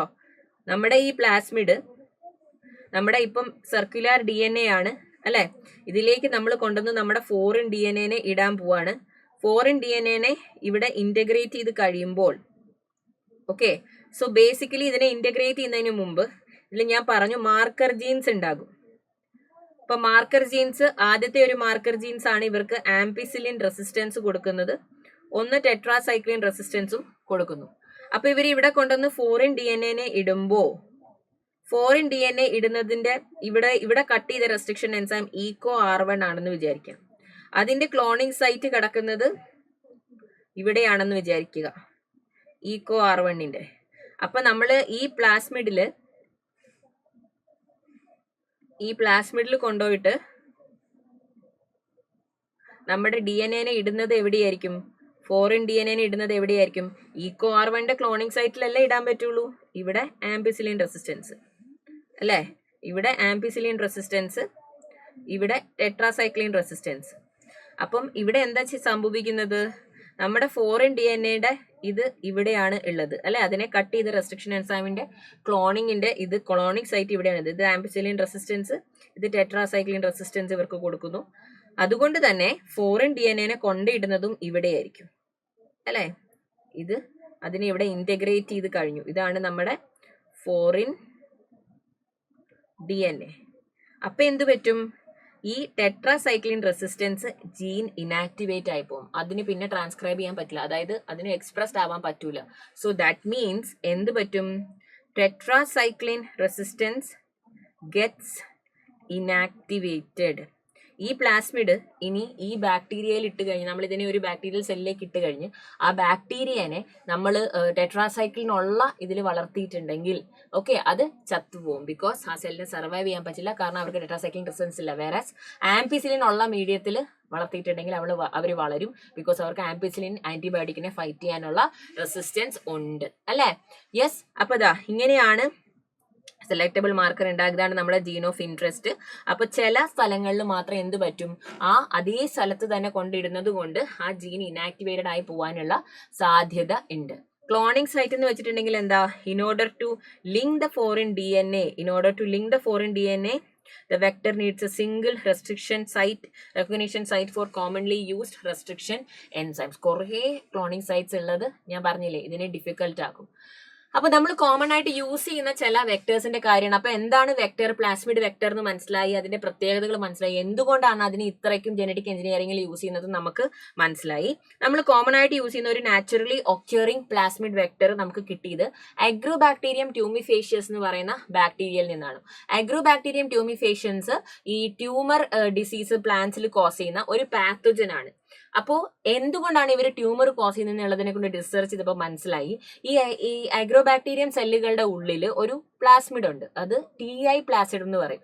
അവർ കോസ് ചെയ്യുന്ന DNA ആണ് tDNA. ഓക്കെ, അപ്പം ഈ tDNA ഉള്ളത് കൊണ്ട് ഈ tDNA ക്യാരി ചെയ്യാൻ വേണ്ടി എല്ലാ സെല്ലുകളിലേക്ക് സ്പ്രെഡ് ചെയ്യാൻ വേണ്ടിയിട്ടും അവർ ഈ പ്ലാസ്മിഡിനെയാണ് ഉപയോഗിക്കുന്നത്. അപ്പൊ നമ്മുടെ സയന്റിസ്റ്റുകൾ എന്ത് ചെയ്തു, ആ ട്യൂമർ ഇൻഡ്യൂസിങ് പ്ലാസ്മിഡിനെ അങ്ങ് എടുത്തു. ഓക്കെ, എന്നിട്ട് അതിന്റെ ട്യൂമർ ഉണ്ടാക്കുന്ന പ്രോപ്പർട്ടി അവരെന്ന് ഇനാക്ടിവേറ്റ് ചെയ്തു അല്ലെ. അതായത് അസുഖം ഉണ്ടാക്കുന്ന പ്രോപ്പർട്ടീനെ അങ്ങ് ഇനാക്ടിവേറ്റ് ചെയ്തിട്ട് അവരതിനെ നേരെ എന്തിന് യൂസ് യൂസ് ചെയ്തു, ക്ലോണിങ്ങിന് വേണ്ടി യൂസ് ചെയ്തു. സോ അഗ്രോബാക്ടീരിയം ട്യൂമിഫേഷ്യസിലെ TDNA ആൻഡ് നമ്മുടെ ട്യൂമർ ഇൻഡ്യൂസിങ് പ്ലാസ്മിഡ്, ആ പ്ലാസ്മിഡിന് പറയുന്ന പേരാണ് എന്ത്, TI പ്ലാസ്മിഡ്. ഒരു നാച്ചുറലി ഒക്യൂറിങ് പ്ലാസ്മിഡ് ആണ്. അത് നമ്മൾ ജനറ്റിക് എഞ്ചിനീയറിംഗിൽ യൂസ് ചെയ്യുന്നുണ്ട്. പിന്നെ അത് പ്ലാന്റ് സെൽസിന്റെ കേസിൽ. ആനിമൽ സെൽസിൽ ക്ലോണിങ് നടത്താൻ നമുക്ക് TI പ്ലാസ്മിഡിനെ ഒന്നും ഉപയോഗിക്കാൻ പറ്റില്ല. So retro viruses infectious agents ആണ്, പക്ഷെ അവരെ ഡിസാം ചെയ്തിട്ട് നമുക്ക് ആവശ്യമുള്ള DNA അതിൽ ഇൻട്രൊഡ്യൂസ് ചെയ്തിട്ട് അതിനെ ക്യാരി ചെയ്യാൻ വേണ്ടിയിട്ട് നമ്മൾ എന്ത് യൂസ് ചെയ്യുന്നുണ്ട്, അവരെ യൂസ് ചെയ്യാറുണ്ട്, retroviruses. I hope this is clear. Okay, രണ്ടൂന്ന് ക്വസ്റ്റ്യൻസ് ചെയ്ത് നോക്കാം. The commonly use cloning vectors are plasmids, bacteriophages, bacteria, both A and B. രണ്ടുപേരും ഉണ്ട് അല്ലെ, ബോത്ത് A and B ഉണ്ട്. Which of the following is a plasmid? PBR 322, BAM H1, SAL1, EcoR1. BAM H1, SAL1, EcoR1 ഒക്കെ എന്താണ്, restriction enzymes ആണ്. PBR 322 is an artificially constructed plasmid. ഇനി transformation എന്താണ്? A procedure through which a piece of DNA is introduced into a host bacterium, identifying and eliminating on non-transformants, selectively permitting the growth of transformants, controlling the copy number of the linked DNA. It is a procedure through which a piece of DNA is introduced into a host bacterium. ആ പ്രോസസ്സിനാണ് നമ്മൾ എന്ത് പറയുന്നത്, transformation എന്ന് പറയുന്നത് അല്ലെ. Normally genes encoding dash are considered useful selectable markers for E. coli. Antibiotic resistance ഉള്ള ജീൻസിനെ അല്ലേ നമ്മൾ സെലക്ടബിൾ മാർക്കേഴ്സ് ആയിട്ട് ഉപയോഗിക്കുന്നത്. സോ ഓപ്ഷൻ എ ആണ് നമ്മുടെ കറക്റ്റ് ആൻസർ വരുന്നത് അല്ലെ. The part of TI plasmid transferred into a cell, plant cell DNA, into a plant cell DNA is called dash. In agrobacterium TI plasmid mediated gene transfer is used, isn't it? അപ്പോൾ TDNA ആണ് നമ്മൾ ആ DNA ക്ക് പറയുന്ന പേര്. Which of the following is commonly used in the transfer of foreign DNA to crops in plants? Agrobacterium tumefaciens, because they have TI plasmid. Which of the following is called as natural genetic engineering? ഞാൻ പറഞ്ഞില്ലേ naturally ഒക്യൂറിംഗ് plasmid ഉള്ളത് അഗ്രോബാക്ടീരിയത്തിനാണ്, അതുകൊണ്ട് അവരെ നമ്മൾ natural genetic engineer എന്ന് വിളിക്കും. Okay, അപ്പൊ ഇനി നമ്മൾ ട്രാൻസ്ഫോർമേഷനിലേക്ക് പോകണം. നമ്മുടെ ഈ ചാപ്റ്ററിന്റെ ലാസ്റ്റ് പാർട്ടിലേക്ക് നമ്മൾ എത്തി. നമ്മൾ നമ്മുടെ റീകോമിനന്റ് DNA കൺസ്ട്രക്ട് ഒക്കെ ചെയ്തു. ഇനി ക്ലോണിംഗ് വെക്ടറിലേക്ക് നമ്മൾ DNA ഇന്റഗ്രേറ്റും ചെയ്തു. ഇനി നമ്മൾ ചെയ്യുന്നത് എന്താണ്? It is the procedure through which a piece of DNA is introduce into the host bacterium. നമ്മുടെ ഈ പ്ലാസ്മിഡ് വെക്ടർ, നമ്മുടെ ഈ റീകോമിനന്റ് DNA നമ്മൾക്ക് ഇനി എങ്ങോട്ട് കൊണ്ടുപോകണം? ഇത് നമ്മുടെ പ്ലാസ്മിഡ് വെക്ടർ അല്ലെ. ആ പ്ലാസ്മിഡ് വെക്ടറിൽ നമ്മൾ എന്തിട്ട് വെച്ചിട്ടുണ്ട്? നമ്മുടെ ഫോറിൻ DNA ഇട്ട് വെച്ചിട്ടുണ്ട്. So now this is our recombinant DNA അല്ലെ. ഈ റീകോമ്പിനന്റ് DNA ഇനി എങ്ങോട്ടേക്ക് ഇൻട്രൊഡ്യൂസ് ചെയ്യണം? ഒരു ബാക്ടീരിയൽ സെല്ലിലേക്ക്. ബാക്ടീരിയൽ സെൽ എന്ന് പറയുന്നതാണ് എന്ത്? നമ്മുടെ ഹോസ്റ്റ് സെൽ. ഹോസ്റ്റ് സെല്ലിലേക്ക് ഇതിനെ ഇൻട്രൊഡ്യൂസ് ചെയ്യണം. ആ മെത്തേഡിന് നമ്മൾ പറയുന്ന പേരാണ് എന്ത്? ട്രാൻസ്ഫോർമേഷൻ. അപ്പൊ നമുക്കറിയാം ബാക്ടീരിയൽ സെൽ എന്ന് പറയുന്നത് പ്രോകാരിയോട്ടിക് സെല്ലാണ്. അതിന് സെൽ വാൾ ഉണ്ട്, സെൽ മെംബ്രെയിൻ ഉണ്ട് അല്ലെ. സെൽ മെംബ്രെയിൻ ഒക്കെ ഫോസ്ഫോലിപ്പിഡ് ബൈലെയർ ഒക്കെ ഉള്ളതാണ്. അപ്പൊ ഈസി ആയിട്ടൊന്നും ഇതിന് വെറുതെ അങ്ങനെ കയറി പോകാനൊന്നും പറ്റില്ല അല്ലെ. അപ്പൊ അതിനുവേണ്ടി നമ്മൾ എന്താ ചെയ്യുക? In this method one antibiotic resistance gene, ampicillin resistance gene, help in the selection of transformants, whereas the other antibiotic resistant gene gets inactivated due to the insertion of foreign DNA and help in the selection of recombinants. അതായത് ഇവര് recombinant ആയോ എന്നുള്ളത് select ചെയ്യാൻ നമ്മളെ help ചെയ്യുന്നത് എന്താണ്? നമ്മുടെ selectable markers ആണ്, ആന്റിബയോട്ടിക് റെസിസ്റ്റൻസ് ജീൻസ് ആണ്. ഓക്കെ, നമ്മൾ എങ്ങനെയാ അവരെ ഐഡന്റിഫൈ ചെയ്യുക? അതായത് ഒരു നോർമൽ വെക്ടർ മോളിക്യൂൾ ആണെങ്കിൽ അതിന് ആന്റിബയോട്ടിക് ആംപിസിലിൻ റെസിസ്റ്റൻസും ഉണ്ട്, ടെട്രാസൈക്ലിക് റെസിസ്റ്റൻസും ഉണ്ട്. ഓക്കെ, പക്ഷെ ഇവിടെ കണ്ടോ ടെട്രാസൈക്ലിൻ റെസിസ്റ്റൻസ് ഇവർക്കില്ല, കാരണം അവിടെ കൊണ്ടുപോയിട്ട് നമ്മുടെ DNA ഇൻസേർട്ട് ചെയ്തിട്ട് വെച്ചിട്ടുണ്ട് അല്ലെ. അപ്പൊ ഇവിടെ എന്താ പ്രശ്നം വരിക? ഈ സെല്ലിനെ, അപ്പൊ സപ്പോസ് ഈ ഒരു വെക്ടറിനെ നമ്മളൊരു ബാക്ടീരിയൽ സെല്ലിൽ ഇട്ടു എന്ന് വിചാരിക്കാം. ഓക്കെ, ഇതിനെ ഇതൊരു സാധാരണ നോർമൽ വെക്ടർ ആണല്ലോ. ഇതിനെ നമ്മളൊരു ബാക്ടീരിയൽ സെല്ലിൽ ഇട്ടു. ഓക്കെ, ആ ബാക്ടീരിയൽ സെല്ല് എന്തിൽ സർവൈവ് ചെയ്യും? ഇതിനെ നമ്മൾ വളർത്തുകയാണ്, കുറച്ച് ന്യൂട്രിയൻസ് ഒക്കെ കൊടുത്തിട്ട് നമ്മൾ അതിനെ ഒരു കൾച്ചർ മീഡിയയിൽ ഇട്ടിട്ട് ഇങ്ങനെ വളർത്തുകയാണ്. നമ്മൾ അതിനെ വളർത്തുമ്പോൾ ഈ സെല്ല് എന്തിലൊക്കെ സർവൈവ് ചെയ്യും? The cell will survive in both ampicillin and tetracycline containing medium അല്ലേ. രണ്ട് ഉണ്ടെങ്കിലും ഇവർക്ക് സർവൈവ് ചെയ്യാൻ പറ്റും. കാരണം ഈ സെല്ല്, അപ്പൊ നമ്മൾ ഈ സെല്ലിനെ എന്തായിട്ട് മനസ്സിലാക്കും? അതൊരു നോൺ ട്രാൻസ്ഫോർമന്റ് ആണെന്ന് മനസ്സിലാക്കും. കാരണം എന്താ? അതിലേക്ക് നമ്മുടെ റീകോമിനന്റ് DNA കയറിയിട്ടില്ല. കാരണം ട്രാൻസ്ഫോമന്റ് ആണെങ്കിൽ എന്താ പ്രശ്നം? അവരുടെ ഈ ആന്റിബയോട്ടിക്കിന്റെ ജീനുള്ള സ്ഥലത്ത് നമ്മൾ ഫോറിൻ DNA കൊണ്ടിട്ടിട്ടുണ്ട്, റെസിസ്റ്റൻസ് ഉള്ള സ്ഥലത്ത്. അപ്പൊ അതിന് ഒരെണ്ണം ഉള്ള സ്ഥലത്ത് സർവൈവ് ചെയ്യാൻ പറ്റില്ല, അല്ലെ? അപ്പം ഇതിനെ നമ്മൾ, ഇതേ സംഭവത്തിനെ നമ്മൾ ഇതേപോലെ നമ്മളൊരു കൾച്ചർ മീഡിയയിൽ ഇട്ട് വളർത്തുകയാണ്. ഇത് നമ്മൾ ഹോസ്റ്റലിലേക്ക് ഇട്ടു, ഹോസ്റ്റലിനെ നമ്മൾ കൾച്ചർ മീഡിയയിൽ ഇട്ട് വളർത്തുകയാണ്. അപ്പൊ 2 കൾച്ചർ മീഡിയ ഉണ്ടെന്ന് വിചാരിക്കുക. ഓക്കെ, ഒന്നിൽ നമ്മൾ എന്തിട്ടു? ഇതിൽ നമ്മൾ ആംപിസിലിൻ ഇട്ടു, ഇതിൽ നമ്മൾ ടെട്രാസൈക്ലിൻ ഇട്ടു. ഓക്കെ, അപ്പോ ആംപിസിലിൻ ഇട്ട മീഡിയയിൽ എന്താണ്? ഇവർക്ക് ആംപിസിലിൻ റെസിസ്റ്റൻസ് ഉണ്ട്. അപ്പം ആംപിസിലിൻ ഇട്ട മീഡിയയിൽ ഇവർ സർവൈവ് ചെയ്യും. കാരണം എന്താ? ഇവിടെ ഇവരിൽ ഫോറിൻ DNA ഒക്കെ ഇട്ടിട്ടുണ്ട്, നമ്മുടെ ഫോറിൻ റീകോമിനന്റ് ആണ്. പക്ഷെ they are surviving in ampicillin containing medium. That means they are recombinants, അല്ലെ? പക്ഷേ ഇവിടെ നമ്മൾ നോക്കുമ്പോഴോ ടെട്രാസൈക്ലിൻ ഇട്ട മീഡിയയിൽ ആ സെല്ല് സർവൈവ് ചെയ്യില്ല. അതെന്തുകൊണ്ടാ? അവർക്ക് ടെട്രാസൈക്ലിൻ റെസിസ്റ്റൻസ് ഇല്ല, അല്ലെ? Cell dye. ഓക്കെ, അതിലേക്ക് ഇടുന്ന സെല്ലുകൾ ഡെഡ് ആവും. കാരണം എന്താ? അവർക്ക് ഡെഡ് ആകുമെന്ന് വെച്ചിട്ടുണ്ടെങ്കിൽ ആ സെല്ലുകൾക്ക് അവിടെ വളരാൻ ഭയങ്കര ബുദ്ധിമുട്ടായിരിക്കും. Because they cannot fight tetracycline, they don't have tetracycline resistance. അവർക്ക് റെസിസ്റ്റൻസ് വരേണ്ട സ്ഥലത്ത് നമ്മൾ എന്തുകൊണ്ട് ഇട്ടു? നമ്മുടെ ഫോറിൻ DNA കൊണ്ടിട്ടു, ഇസിൻറ്റ് ഇറ്റ്? പക്ഷേ ആംപിസിലിൻ ഉള്ള സ്ഥലത്ത് അവർക്ക് സർവൈവ് ചെയ്യാനും പറ്റും. പക്ഷേ ഇങ്ങനെ, അതായത് നമ്മൾ ഒരു ജീനെ ഇനാക്ടിവേറ്റ് ചെയ്തിട്ടാണ് നമ്മൾ ഇവിടെ ഐഡന്റിഫൈ ചെയ്യുന്നത്. പക്ഷെ ഒരു പ്രശ്നമുണ്ട്. ഓക്കെ, അതായത് ഇതിൽ നിന്ന് നമ്മൾ എങ്ങനെ നമ്മുടെ ട്രാൻസ്ഫോമൻസിനെ ഐഡന്റിഫൈ ചെയ്യും? കാരണം അപ്പോൾ രണ്ടും ഒരുമിച്ചുള്ള ഒരു മീഡിയയിലാണെങ്കിൽ ഏതാണ് നമ്മുടെ ട്രാൻസ്ഫോമന്റ്, ഏതാണ് നമ്മുടെ നോൺ ട്രാൻസ്ഫോമന്റ്, ഏതാണ് നമ്മുടെ റീകോമിനന്റ് എന്നുള്ളത് നമ്മൾ എങ്ങനെ മനസ്സിലാക്കും? അപ്പൊ അത് മനസ്സിലാക്കാനായിട്ട് നമ്മളൊരു കളർ റിയാക്ഷൻ ചെയ്യും. കളർ റിയാക്ഷൻ എന്താണ്? നമ്മളൊരു ക്രോമോജെനിക് സബ്സ്ട്രേറ്റിനുള്ള ഒരു ജീനും കൂടെ ഇവിടെ ആഡ് ചെയ്യും. അത് ബ്ലൂ കളേർഡ് കോളനീസ് ക്രിയേറ്റ് ചെയ്യും. Okay, so the presence of insert result to insertional inactivation of beta galactosidase and the colonies do not produce any colour and are identified as recombinant colonies. അപ്പം അതായത് ഇവരെന്താ ഇവിടെ ചെയ്യുന്നതെന്ന് വെച്ചിട്ടുണ്ടെങ്കിൽ ഞാൻ പറഞ്ഞുതരാം. Easy ആയിട്ട് ട്രാൻസ്ഫോമന്റ് ആണോ എന്ന് മനസ്സിലാക്കാൻ വേണ്ടിയിട്ട്, അതൊരു ട്രാൻസ്ഫോമന്റ് സെൽ ആണോ എന്ന് മനസ്സിലാക്കാൻ വേണ്ടിയിട്ട് നമ്മൾ ഇത് നമ്മുടെ ക്ലോണിങ് വെക്ടർ, അല്ലെ? ഈ വെക്ടറിൽ എന്താണുള്ളത്? ഇത് ആംപിസിലിൻ റെസിസ്റ്റൻസ്. ഇവർക്ക് എന്തുണ്ട്? ഇവിടെ ആംപിസിലിൻ റെസിസ്റ്റൻസ് ഉണ്ട്. ഇവിടെ ഇവർക്ക് ടെട്രാസൈക്ലിൻ റെസിസ്റ്റൻസ് ഉണ്ടായിരുന്നു. പക്ഷെ നമ്മൾ അവിടെ എന്താണ് കൊണ്ടിട്ടിരിക്കുന്നത്? നമ്മുടെ DNA ഇൻസേർട്ടിനെ, അല്ലെ? നമ്മുടെ ഫോറിൻ DNA അതിനെ കൊണ്ട് ഇവിടെ ഇൻസേർട്ട് ചെയ്തു.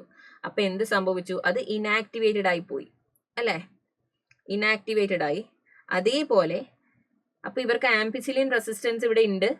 ഓക്കെ, ദേ ഹാവ് ആംപിസിലിനോടുള്ള റെസിസ്റ്റൻസ് ഉണ്ട്. ആ ജീനൊന്നും പറ്റിയിട്ടില്ല, അതിന് അവിടെ നമ്മളൊന്നും കൊണ്ടിട്ടിട്ടില്ലല്ലോ. പക്ഷെ ഇവിടെ നമ്മളിപ്പോൾ നമ്മുടെ DNA ഇൻസേർട്ട് കൊണ്ടിട്ടിരിക്കുന്ന കാരണം ഇവിടെ വേറൊരു ജീനും കൂടെ ഉണ്ടായിരുന്നു. ആ ജീനിന്റെ പേരാണ് ബീറ്റാ ഗാലക്ടോസിഡേസ്. എൻസൈമിനെ കോഡ് ചെയ്യുന്ന ഒരു ജീനും ഉണ്ടായിരുന്നു. ബീറ്റാ ഗാലക്ടോസിന്റെ പ്രത്യേകത എന്താ? ഫോംസ് ബ്ലൂ കോളനീസ്, അല്ലേ? അതൊരു ക്രോമോജെനിക് സബ്സ്റ്റൻസ് ആണ്. ആ ജീൻ എക്സ്പ്രസ്ഡ് ആയിട്ടുണ്ടെങ്കിൽ, ആ എൻസൈം പ്രൊഡ്യൂസ് ചെയ്തിട്ടുണ്ടെങ്കിൽ ആ ബാക്ടീരിയ നീല കളർ കോളനീസ് പ്രൊഡ്യൂസ് ചെയ്യും. ഓക്കെ, അപ്പൊ ഇവിടെ നമ്മൾ എന്ത് കൊണ്ടിട്ടിട്ടുണ്ട്? ഇവിടെ ബീറ്റാ ഗാലക്ടോസിഡേസ് ജീൻ ഉണ്ടായിരുന്നു. പക്ഷെ ആ ജീന് ഇനാക്ടിവേറ്റ് ആയി, അല്ലെ? ഇനാക്ടിവേറ്റഡ്. നമ്മുടെ ബീറ്റാ ഗാലക്ടോസിഡേസും ടെട്രാസൈക്ലിനും രണ്ടുപേരും ഇനാക്ടിവേറ്റഡ് ആയി. അപ്പം due to the insertion of foreign DNA നമ്മുടെ ബീറ്റാ ഗാലക്ടോസിഡേസ് ജീൻ ഇനാക്ടിവേറ്റഡ് ആവുന്ന പ്രോസസ്സിനെ നമ്മൾ പറയുന്ന പേരാണ് ഇൻസേർഷണൽ ഇനാക്ടിവേഷൻ. എന്താ പറയാ? Insertional inactivation. ഇനി നമ്മുടെ ഈ പ്ലാസ്മിഡിനെ നമ്മൾ നമ്മുടെ ബാക്ടീരിയൽ സെല്ലിലേക്ക് കടത്തി വിടുകയാണ്, അല്ലെ? ബാക്ടീരിയൽ സെല്ലിലേക്ക് കയറ്റി വിട്ടു.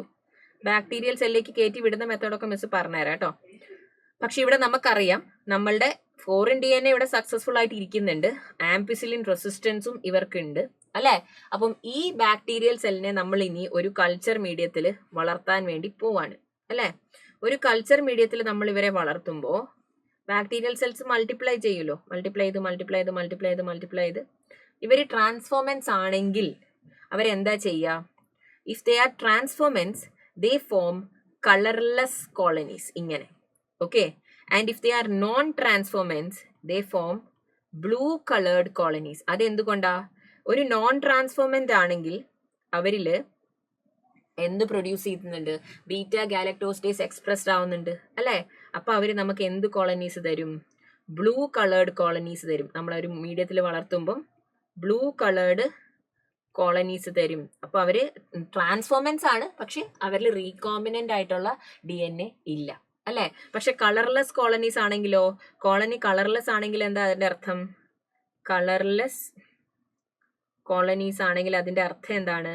These cells contain our recombinant DNA. കാരണം എന്താ? അവിടെ ബീറ്റ ഗാലക്ടോസ്റ്റേസ് ജീൻ എക്സ്പ്രസ്ഡ് ആയിട്ടില്ല, അതിനെ സൈലൻസ് ചെയ്ത് വെച്ചിരിക്കുകയല്ലേ, ഇനാക്ടിവേറ്റ് ചെയ്ത് വെച്ചിരിക്കുകയല്ലേ ഡ്യൂ ടു ഇൻസേർഷണൽ ഇനാക്ടിവേഷൻ.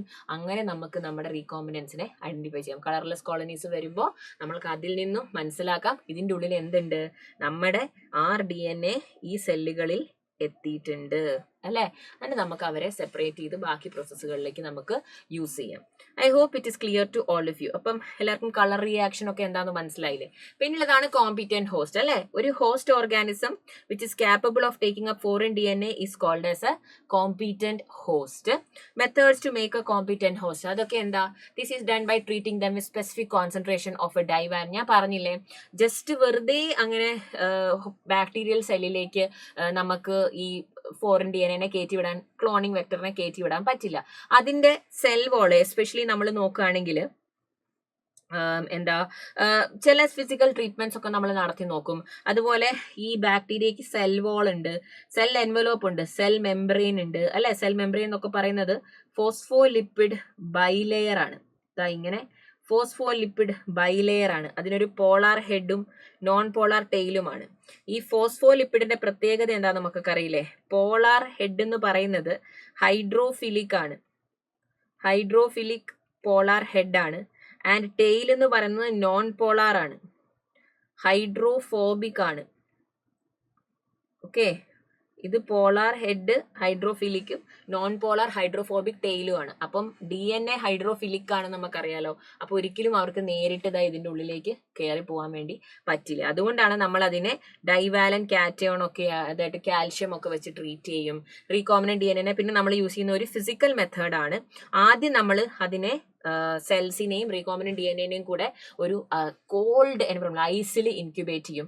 എന്നിട്ട് പെട്ടെന്ന് തന്നെ നമ്മൾ അവരെ റിമൂവ് ചെയ്തിട്ട് കുറച്ച് നേരത്തേക്ക് ഒരു ഹീറ്റ് ഷോക്ക് കൊടുക്കും. ഈ സെൽ എൻവലോപ്പിനെയൊക്കെ റപ്ചർ ചെയ്യാനുള്ള ഒരു മെത്തേഡാണ് കേട്ടോ.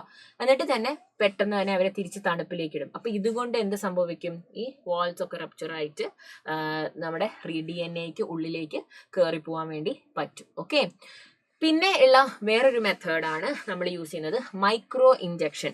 മൈക്രോ ഇഞ്ചക്ഷൻ നമ്മൾ കോമൺലി യൂസ് ചെയ്യുന്നത് ആനിമൽ സെല്ലിലേക്കാണ്. അതായത് മൈക്രോ നീഡിൽസ് ഉപയോഗിച്ച് ഡയറക്റ്റ് ആയിട്ട്, കാരണം ആനിമൽ സെല്ലിന് എന്ത് മാത്രമേ ഉള്ളൂ?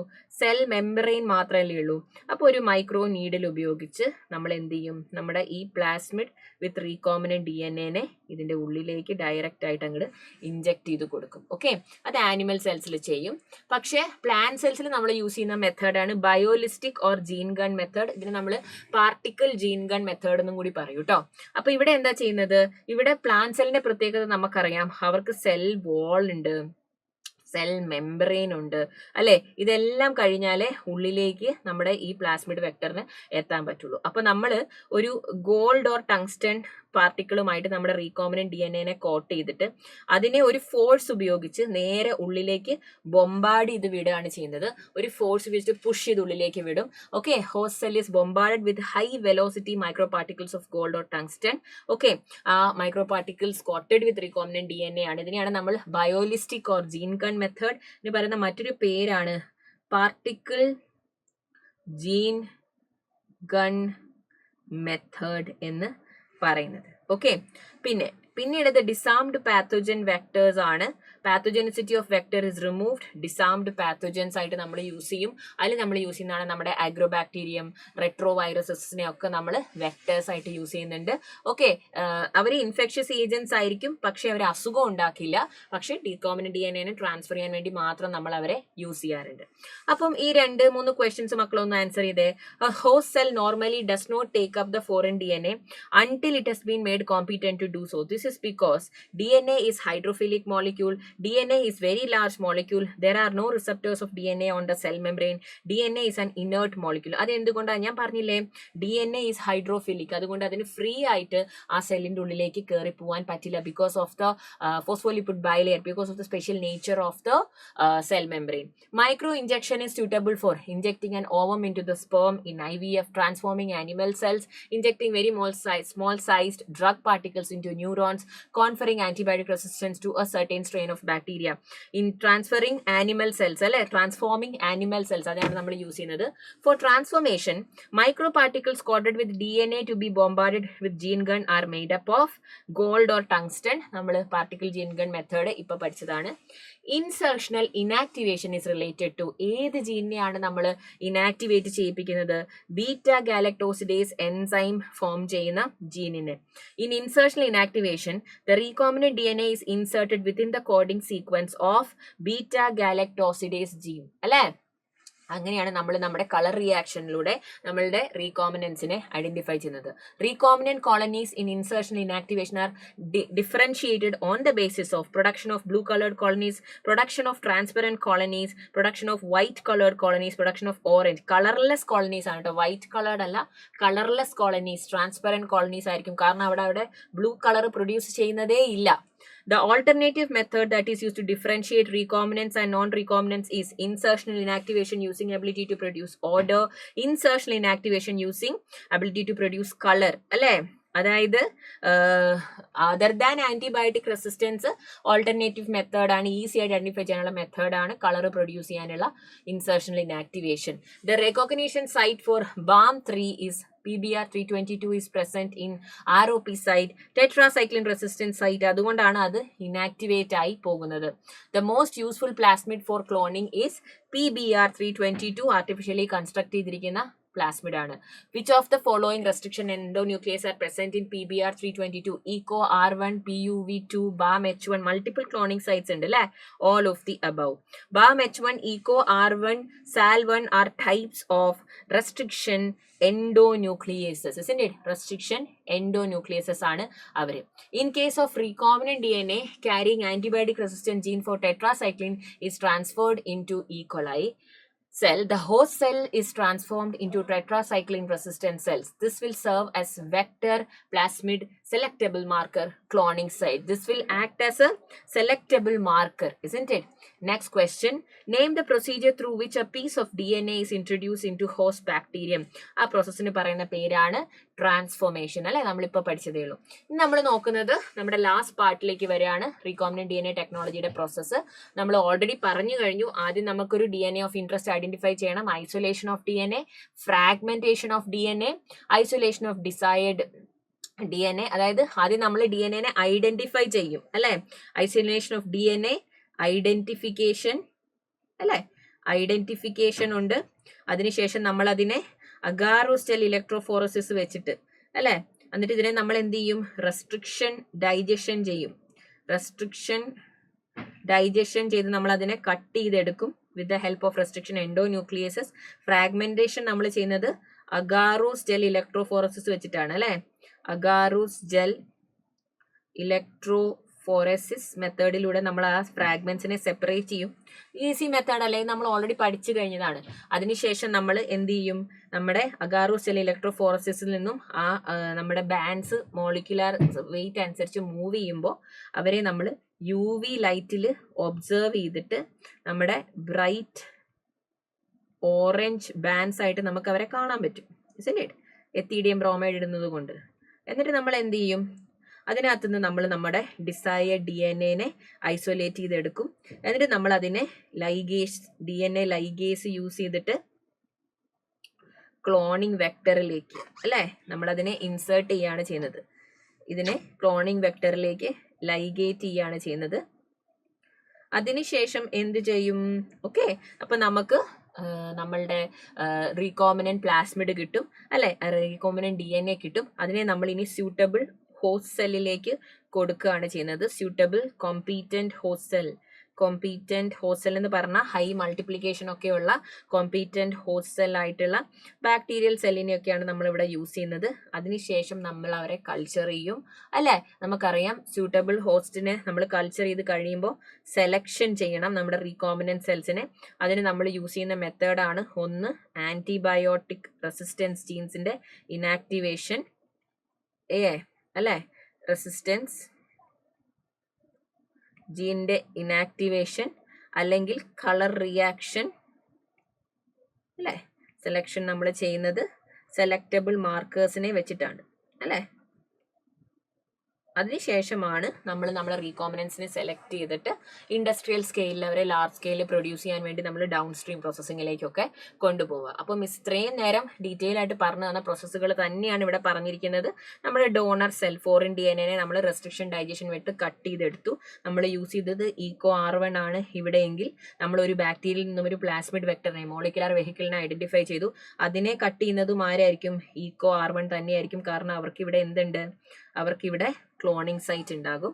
എന്നിട്ട് DNA ലൈഗേസ് നമ്മുടെ ഫോറിൻ DNA ഇതിലേക്ക് ഇന്റഗ്രേറ്റ് ചെയ്ത് വെക്കും അല്ലെ, ലൈഗേറ്റ് ചെയ്യും. എന്നിട്ട് അപ്പൊ നമുക്ക് നമ്മുടെ റീകോമിനന്റ് DNA കിട്ടി. ഇനി റീകോമിനന്റ് DNA നമ്മൾ ഒരു കോമ്പീറ്റന്റ് ഹോസ്റ്റ് സെല്ലിലേക്ക് നമ്മൾ കൊടുക്കുകയാണ് ചെയ്യുന്നത്. ഹോസ്റ്റിലേക്ക് ഇടുന്നതിന് പ്രോസസ്സിന് നമ്മൾ പറയുന്ന പേരാണ് ട്രാൻസ്ഫോർമേഷൻ അല്ലെ. ട്രാൻസ്ഫോർമേഷൻ മെത്തേഡ്സ് പല ടൈപ്പ് നമ്മൾ പഠിച്ചു. ആദ്യം നമ്മൾ ഡൈവാലന്റ് കാറ്റയോണിനെ വെച്ചിട്ട്, അതായത് കാൽഷ്യം പോലെയുള്ള ഡൈവാലന്റ് കാറ്റയോൺ വെച്ചിട്ട് നമ്മൾ ഹോസ്റ്റ് സെല്ലിനെ ട്രീറ്റ് ചെയ്യണം. അതുപോലെ ഇനി പ്ലാന്റ് സെല്ലിലേക്കും ആനിമൽ സെല്ലിലേക്കും ഒക്കെ ആണെങ്കിൽ നമുക്കറിയാം നമ്മൾ യൂസ് ചെയ്യുന്ന മെത്തേഡ്സ് ആണ് മൈക്രോ ഇഞ്ചക്ഷൻ ചെയ്യും, അല്ലെങ്കിൽ ജീൻ ഗൺ മെത്തേഡ്, ബയോളിസ്റ്റിക് മെത്തേഡ്, അല്ലെങ്കിൽ പാർട്ടിക്കിൾ ജീൻ ഗൺ മെത്തേഡ് ഒക്കെ നമ്മൾ ചെയ്യും. എന്നിട്ട് നമ്മൾ അതിനെ ട്രാൻസ്ഫോം ചെയ്തു. എന്നിട്ട് നമ്മൾ ഇനി അതിനെ മൾട്ടിപ്ലൈ ചെയ്യാൻ വേണ്ടിയിട്ട് അനുവദിക്കണം. അപ്പൊ നമ്മുടെ ട്രാൻസ്ഫോമൻസിനെ നമ്മൾ ഐഡന്റിഫൈ ചെയ്യുന്നത് കളർ റിയാക്ഷനിലൂടെയൊക്കെയാണ് അല്ലെ. ഇൻസേർഷണൽ ഇനാക്ടിവേഷൻ ഉണ്ട്, അതിലൂടെ കളർ റിയാക്ഷനിലൂടെ നമ്മൾ നമ്മുടെ ട്രാൻസ്ഫോമൻസിനെ ഐഡന്റിഫൈ ചെയ്യും. എന്നിട്ട് നമ്മൾ അവരുടെ മൾട്ടിപ്പിൾ കോപ്പീസ് ഉണ്ടാക്കി അതിനെ clones of engineered bacteria in A medium നമ്മുടെ റീകോമിനന്റ് പ്രൊഡക്റ്റ് നമുക്ക് കിട്ടും. നമ്മൾ ലാർജ് സ്കെയിലിൽ അതിനെ വളർത്തും. എന്നിട്ട് നമ്മൾക്ക് അതിൽ നിന്നും വേണ്ട എൻസൈം ആണോ അല്ലെ. അപ്പം ലാർജ് സ്കെയിൽ കൾച്ചറിങ്ങിന് നമ്മൾ യൂസ് ചെയ്യുന്നത് നമ്മുടെ ബയോ റിയാക്ടേഴ്സ് ആണ്. ബയോ റിയാക്ടേഴ്സിൽ നിന്നും നമുക്ക് നമ്മുടെ ഡിസൈഡ് പ്രൊഡക്റ്റ് കിട്ടും. അതിനെ നമ്മൾ പിന്നെ ഐസൊലേറ്റ് ചെയ്ത് പ്യൂരിഫൈ ചെയ്ത് മാർക്കറ്റിംഗിലേക്ക് പോകും. ഇതാണ് നമ്മുടെ ജനറ്റിക് എഞ്ചിനീയറിംഗിന്റെ പ്രോസസ്സുകൾ. അപ്പൊ DNA ഐസൊലേറ്റ് ചെയ്യാനായിട്ട് ഞാൻ ഏറ്റവും ആദ്യത്തെ നമ്മുടെ സ്റ്റെപ്പാണ് നമ്മൾ പറഞ്ഞില്ലേ, ഇപ്പം ബ്ലൂ ജീൻ ആണ് എടുക്കേണ്ടതെങ്കിൽ ഒരു ബ്ലൂ ഫ്ലവറിൽ നിന്ന് നമ്മുടെ DNA ഐസൊലേറ്റ് ചെയ്ത് എടുക്കണം അല്ലെ. അപ്പോൾ ഓരോ ലിവിങ് ഓർഗാനിസത്തിലും ഓരോ ടൈപ്പ് എൻസൈംസ് ആണ് നമ്മൾ യൂസ് ചെയ്യുക. നമുക്കൊരു ബാക്ടീരിയൽ സെല്ലിലാണ് നമ്മുടെ DNA ഓഫ് ഇൻട്രസ്റ്റ് ഉള്ളതെങ്കിൽ നമ്മൾ ലൈസോസൈം ആണ് യൂസ് ചെയ്യുക DNA ഐസൊലേഷന്. അതായത് സെല്ലിനെ നമ്മൾ ആദ്യം ഡൈജസ്റ്റ് ചെയ്യണം. സെല്ലിന്റെ ഉള്ളിൽ ബാക്കി കാര്യങ്ങളെയൊക്കെ ബ്രേക്ക് ചെയ്താൽ മാത്രമേ നമുക്ക് ന്യൂക്ലിയസിന്റെ ഉള്ളിൽ ഇരിക്കുന്ന DNA കിട്ടുള്ളൂ. പിന്നെ പ്ലാന്റ് സെൽ ആണെങ്കിൽ സെല്ലുലേസ്, ഫംഗസ് ആണെങ്കിൽ കൈറ്റിനേസ്. കാരണം ഇവിടെയൊക്കെ സെൽ വാളൊക്കെ നമുക്ക് റപ്ചർ ചെയ്യണം അല്ലെ, മെംബ്രെയിൻ റപ്ചർ ചെയ്യണം. The RNA can be removed. പിന്നെ അതിന്റെ ഉള്ളിൽ തന്നെ പ്രോട്ടീൻസ് ഉണ്ടാവും, RNAs ഉണ്ടാവും, ലിപ്പിഡ്സ് ഉണ്ടാകും. അപ്പൊ നമ്മൾ കുറെ എൻസൈം വെച്ച് ഇവരെ ട്രീറ്റ് ചെയ്താൽ മാത്രമേ നമുക്ക് DNA സെപ്പറേറ്റ് ആയിട്ട് കിട്ടുള്ളൂ അല്ലെ. അപ്പൊ RNA റൈബോന്യൂക്ലിയസ് വെച്ച് ട്രീറ്റ് ചെയ്യും, പ്രോട്ടീൻസിനെ പ്രോട്ടിയേസസ് വെച്ച് ട്രീറ്റ് ചെയ്ത് അവരെല്ലാം സെപ്പറേറ്റ് ആകും അല്ലെ. Now other molecules can be removed by appropriate treatments and purified DNA. Suppose lipids ഉണ്ടെങ്കിൽ ലൈപ്പേസസ് വെച്ച് ട്രീറ്റ് ചെയ്യും, കാർബോഹൈഡ്രേറ്റ്സ് ഉണ്ടെങ്കിൽ കാർബോഹൈഡ്രേറ്റ്സ്, അങ്ങനെ കുറെ എൻസൈംസ് യൂസ് ചെയ്ത് നമ്മൾ എല്ലാത്തിനെയും ബ്രേക്ക് ചെയ്യും. അതിനുശേഷം നമ്മൾ അതിലോട്ട് കുറച്ച് ചിൽഡ് എത്തനോൾ ഒഴിച്ചു കൊടുക്കും. അപ്പൊ നമ്മുടെ DNA മാത്രം പ്രസിപ്പിറ്റേറ്റ് ചെയ്യും. കാരണം ബാക്കി എല്ലാത്തിനെയും നമ്മൾ ബ്രേക്ക് ചെയ്ത് കളഞ്ഞു. അപ്പൊ അതിന്റെ ഉള്ളിൽ ഇനി പ്രസിപ്പിറ്റേറ്റ് ചെയ്ത് വരുന്നത് ആരായിരിക്കും? ചിൽഡ് എത്തനോൾ ഒഴിച്ചു കഴിയുമ്പോൾ പ്രസിപ്പിറ്റേറ്റ് ചെയ്ത് വരുന്നത് നമ്മുടെ DNA മാത്രമായിരിക്കും.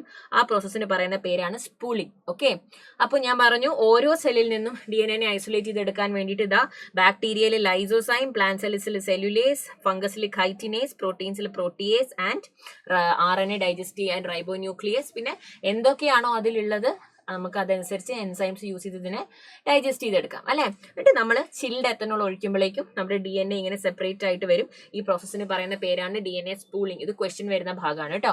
എന്നിട്ട് നമ്മൾ ഇനി DNA ഫ്രാഗ്മെന്റേഷൻ ചെയ്യാണ് റെസ്ട്രിക്ഷൻ എൻസൈം ഡൈജഷനിലൂടെ. നമുക്കറിയാം പ്യൂരിഫൈഡ് DNA മോളിക്യൂൾസിനെ റെസ്ട്രിക്ഷൻ എൻസൈമുമായിട്ട് നമ്മൾ ട്രീറ്റ് ചെയ്തിട്ട് ഓപ്റ്റിമൽ കണ്ടീഷനിൽ ട്രീറ്റ് ചെയ്തിട്ട് നമുക്ക് റെസ്ട്രിക്ഷൻ ആൻഡ് ഡൈജഷൻ നടക്കും. അങ്ങനെ നമുക്ക് നമ്മുടെ DNA ചെറിയ ചെറിയ ഫ്രാഗ്മെന്റ്സ് കിട്ടും അല്ലെ. ആ ഫ്രാഗ്മെന്റ്സിനെ നമ്മൾ എന്താ ചെയ്യുന്നത്, അഗാറോസെൽ ഇലക്ട്രോഫോർസസ് വഴിയിട്ട് നമ്മൾ സെപ്പറേറ്റ് ചെയ്യും അല്ലെ. സെപ്പറേറ്റഡ് ഫ്രാഗ്മെന്റ്സ് നെഗറ്റീവ്ലി ചാർജ്ഡ് ആയതുകൊണ്ട്, DNA നെഗറ്റീവ്ലി ചാർജ് ആയതുകൊണ്ട് പോസിറ്റീവ് എൻഡിലേക്കാണ് മൂവ് ചെയ്യുക. അപ്പം ചെറിയ സ്ട്രാൻഡ്സ്, ലോ മോളിക്കുലർ വെയിറ്റ് ഉള്ളവർ പെട്ടെന്ന് പോവും, വലിയ മോളിക്കുലർ വെയിറ്റ് ഉള്ളവർ പതുക്കെ പോവും. അങ്ങനെ നമ്മൾ അവരെ സെപ്പറേറ്റ് ചെയ്യും അല്ലെ. യെസ്, അപ്പൊ DNA fragment separated according to their size, അങ്ങനെയാണ് അവർ മൂവ് ചെയ്യുന്നത്. ഇത് നമ്മൾ പഠിച്ചതാണ് അല്ലെ. എത്തിഡിയം ബ്രോമൈഡ് നമ്മൾ യൂസ് ചെയ്തിട്ട്, എന്നിട്ട് അതിലേക്ക് എത്തിഡിയം ബ്രോമൈഡ് ആഡ് ചെയ്ത് നമ്മൾ അവരെ UV ട്രാൻസ്മിലേറ്ററിൽ വെച്ച് നോക്കുമ്പോൾ നമുക്ക് bright coloured bands of DNA കാണാൻ പറ്റും. അപ്പൊ സെപ്പറേറ്റഡ് ബാൻഡ്സ് ഓഫ് കാരണം നമുക്ക് വേണ്ടത് നമ്മുടെ ഫ്രാഗ്മെന്റ്സ് അല്ലേ, നമുക്ക് ആവശ്യമുള്ള സൈസിലുള്ള ഫ്രാഗ്മെന്റ്സിനെ നമ്മൾ സെലക്ട് ചെയ്തിട്ട് അതിനെ നമ്മൾ അഗാറോ സെല്ലിൽ നിന്ന് കട്ട് ഔട്ട് ചെയ്തെടുക്കും. ഓക്കെ, ആ പ്രോസസ്സിന് പറയുന്ന പേരാണ് എന്ത്, അഗാറോ സെല്ലിൽ നമ്മൾ അതിനെ എക്സ്ട്രാക്ട് ചെയ്തെടുക്കുന്ന, നമ്മുടെ DNA ബാൻഡ്സിനെ സെപ്പറേറ്റ് ചെയ്തെടുക്കുന്ന പ്രോസസ്സിന് പറയുന്ന പേരാണ് എല്യൂഷൻ. അപ്പൊ സ്പൂളിംഗ് എന്താന്ന് മനസ്സിലായി, എല്യൂഷൻ എന്താന്ന് മനസ്സിലായി. ഇനിയിപ്പോ നമ്മുടെ DNA കിട്ടി ഡയറക്റ്റ് ആയിട്ട് നമുക്ക് എടുത്ത് അതിനെ അങ്ങ് എന്താ പറയുക, നമ്മുടെ ഇതിലേക്ക് ഇട്ട് കൊടുക്കാൻ പറ്റുമോ? അതിന് നമ്മൾ കുറേ കോപ്പീസ് ഉണ്ടാക്കണം അല്ലെ. നമുക്ക് കിട്ടിയ ഫ്രാഗ്മെന്റ്സിനെ നമുക്ക് വലുതാക്കണം, അതിന്റെ കുറെ കോപ്പീസ് ഉണ്ടാക്കണം. ആ പ്രോസസ്സിനെയാണ് നമ്മൾ പറയുന്നത് PCR, പോളിമെറേസ് ചെയിൻ റിയാക്ഷൻ. ഇതൊരു 3 സ്റ്റെപ്സ് ആണ് മെയിൻ ആയിട്ടുള്ളത്. ഹൈ ടെമ്പറേച്ചറിൽ നടക്കുന്ന പ്രോസസ്സാണ്. അതുകൊണ്ട് തെർമോസ്റ്റേബിൾ ആയിട്ടുള്ള എന്താ പറയാ DNA polymerase, Tak DNA polymerase എന്ന് പറയുന്ന ബാക്ടീരിയയാണ് നമ്മൾ ഇതിന് യൂസ് ചെയ്യുന്നത്. ഓക്കെ, തെർമസ് അക്വാറ്റിക്സ് എന്ന് പറയുന്ന ബാക്ടീരിയയിൽ നിന്ന് വന്ന ഒരു DNA പോളിമറേസ് ആണിത്. ഓക്കെ, ഇതിലെ ഫസ്റ്റ് സ്റ്റെപ്പ് എന്ന് പറയുന്നത്, ഇപ്പൊ നമുക്ക് കിട്ടിയിരിക്കുന്നത് നമ്മുടെ ഫ്രാഗ്മെന്റ് ഒരു ഡബിൾ സ്റ്റാൻഡ് DNA ആണല്ലോ, അതിനെ നമ്മൾ ഡീനേച്ചർ ചെയ്ത് സിംഗിൾ സ്റ്റാൻഡ് ആക്കി മാറ്റുകയാണ്. It is A process of amplification. നമുക്ക് കിട്ടിയ സ്ട്രാൻഡിന്റെ മൾട്ടിപ്പിൾ കോപ്പീസ് ഉണ്ടാക്കാൻ വേണ്ടി നമ്മൾ നോക്കുകയാണ്. ആദ്യത്തെ സ്റ്റെപ്പ് ഡീനേച്ചറേഷൻ. രണ്ടാമത്തെ സ്റ്റെപ്പ് അനീലിംഗ് എന്ന് പറഞ്ഞാൽ സീൽ ചെയ്യാണ്. അതായത് നമ്മൾ എന്താ ചെയ്യുന്നത്, നമ്മൾ ഇതിലേക്ക് കുറച്ച് പ്രൈമേഴ്സിനെ ഇൻട്രൊഡ്യൂസ് ചെയ്യും. പ്രൈമേഴ്സ് എന്ന് വെച്ചാൽ ഒന്നുമില്ല, നമുക്ക് കിട്ടിയ ഫ്രാഗ്മെന്റ്സ് ഇല്ലേ, അതിന്റെ കോംപ്ലിമെന്ററി ആയിട്ടുള്ള കുറച്ച് ഒളിഗോ ന്യൂക്ലിയോടൈഡ്സിനെ നമ്മൾ പ്രൊഡ്യൂസ് ചെയ്യും.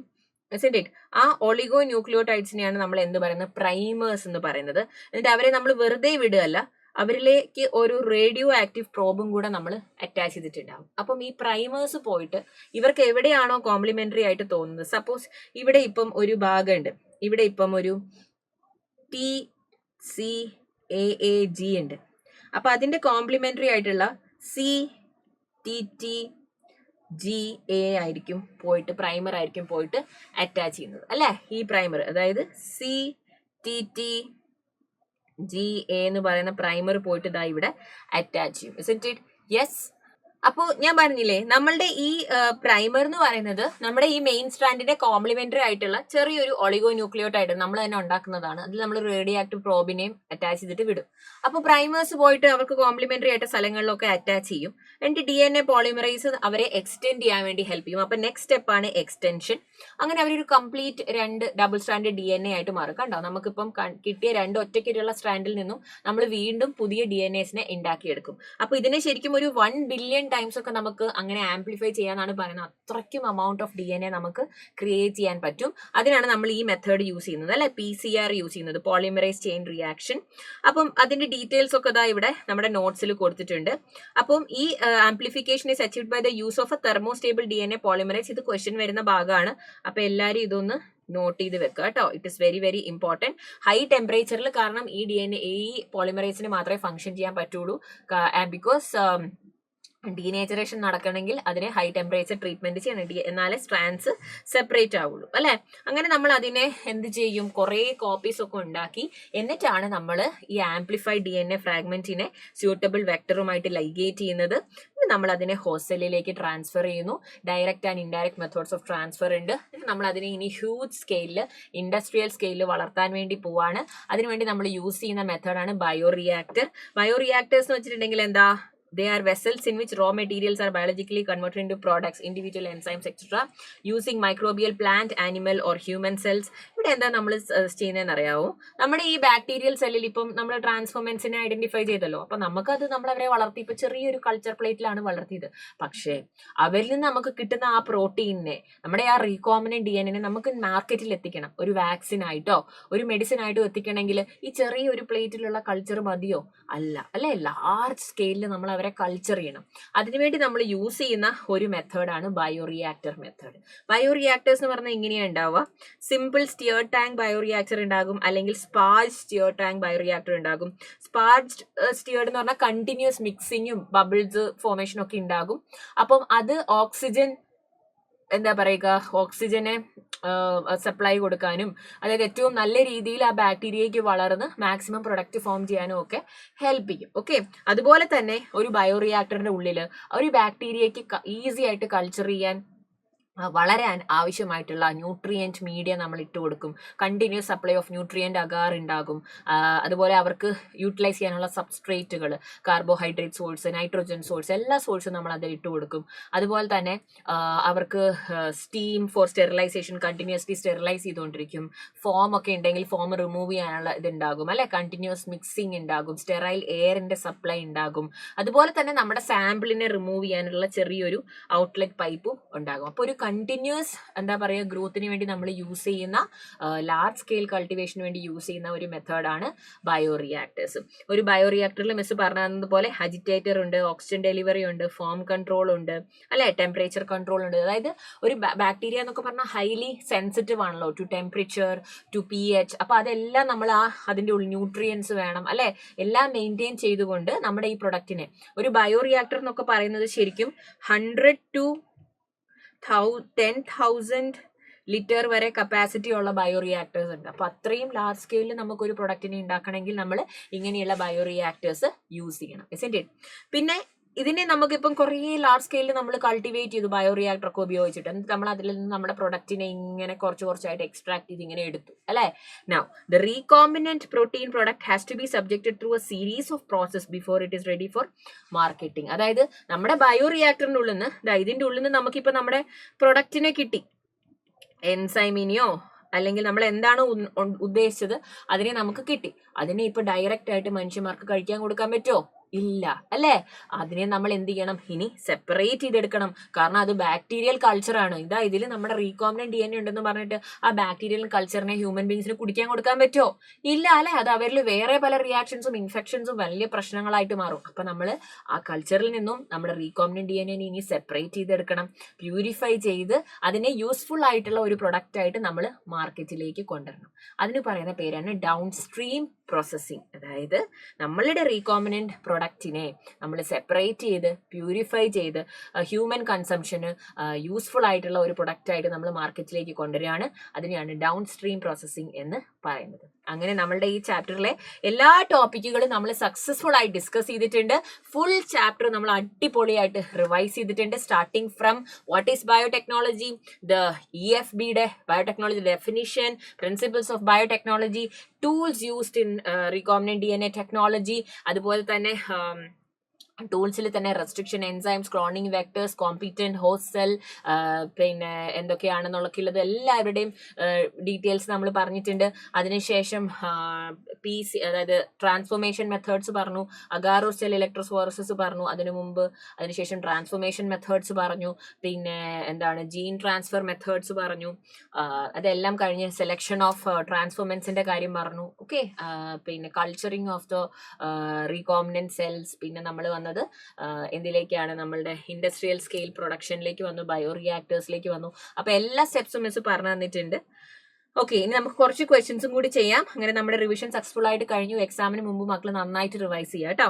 When isolating a pure DNA from bacterial cell, the cell should not be treated with lysozyme, proteases, ribonucleases, deoxyribonucleases. അത് വേണ്ട. Lysozyme, proteases, ribonucleases for RNA, protease for protein, lysozyme to rupture them. Which process is represented? ഇത് നമ്മൾ മറ്റേ DNA isolate ചെയ്തെടുക്കുമ്പോൾ, അല്ലെ, chilled ethanol ഒഴിക്കുമ്പോൾ വരുന്ന പ്രോസസ്സാണ്. അതിന് നമ്മൾ പറയുന്ന പേര് DNA സ്പൂളിംഗ് എന്നാണ്. Next, gel electrophoresis is used for construction of rDNA, isolation of DNA, cutting of DNA, separation of DNA fragments according to their size or their length. Option D ആണ് correct answer. Next, why foreign DNA cannot pass through cell membrane? DNA is hydrophilic. അതുകൊണ്ടാണ് അവർക്ക് pass ചെയ്യാൻ പറ്റാത്തത്. The treatment of host cells with, കാരണം നമുക്കറിയില്ലേ cell membrane എന്താണ് ഉള്ളത് മക്കളെ? Yes, phospholipid bilayer, polar head, non polar tail, hydrophilic head, hydrophobic tail. So like charges repel, unlike charges attract. അതുകൊണ്ട് DNA-ക്ക് സെൽ മെംബ്രെയിനുള്ളിലേക്ക് കയറി പോകാൻ പറ്റൂല. The treatment of host cell with divalent cation leads to the change in permeability of host to no molecules, increased efficiency with which DNA enters the bacterium, decreased efficiency with which DNA enters the bacterium, change in permeability of host to all the molecules, increased efficiency with which DNA enters the bacterium. Next, recombinant DNA is forced to enter the host cells by incubating the cells with recombinant DNA is on ice, followed by heat shock and then on ice. The ethidium bromide, chilled ethanol, heat followed by ice and then on ice. On ice, പിന്നെ heat shock and then again on ice. അങ്ങനെയാണ് recombinant DNA ഉള്ളിലേക്ക് കയറാൻ പോകുന്നത് host സെല്ലിന്റെ. Next question, in animal cell which method is use to introduce recombinant DNA? Use of divalent cation, changing permeability, biolistic method, micro injection. Animal സെൽസിൽ നമ്മൾ use ചെയ്യുന്നത് micro injection ആണ്. Select the correct answer. Introduction of recombinant DNA in bacteria is by treatment on ice, followed by placing them briefly at 42 degrees Celsius, heat shock, and then putting them back on ice. Following by placing them briefly on, and then അത് correct ആണ്. In micro injection, recombinant DNA is directly injected to the cytoplasm of the animal cell. രണ്ടും statement correct ആണ് അല്ലെ? Both the statements are correct, isn't it? അപ്പോൾ നമ്മൾ അടിപൊളിയായിട്ട് എല്ലാ ടോപ്പിക്സും revise ചെയ്തിട്ടുണ്ട്. ഇനി മക്കൾ ചെയ്യേണ്ടത് നല്ലപോലെ എക്സാമിന് പ്രിപ്പയർ ചെയ്യുക, അടിപൊളിയായിട്ട് പഠിക്കുക. All the very best.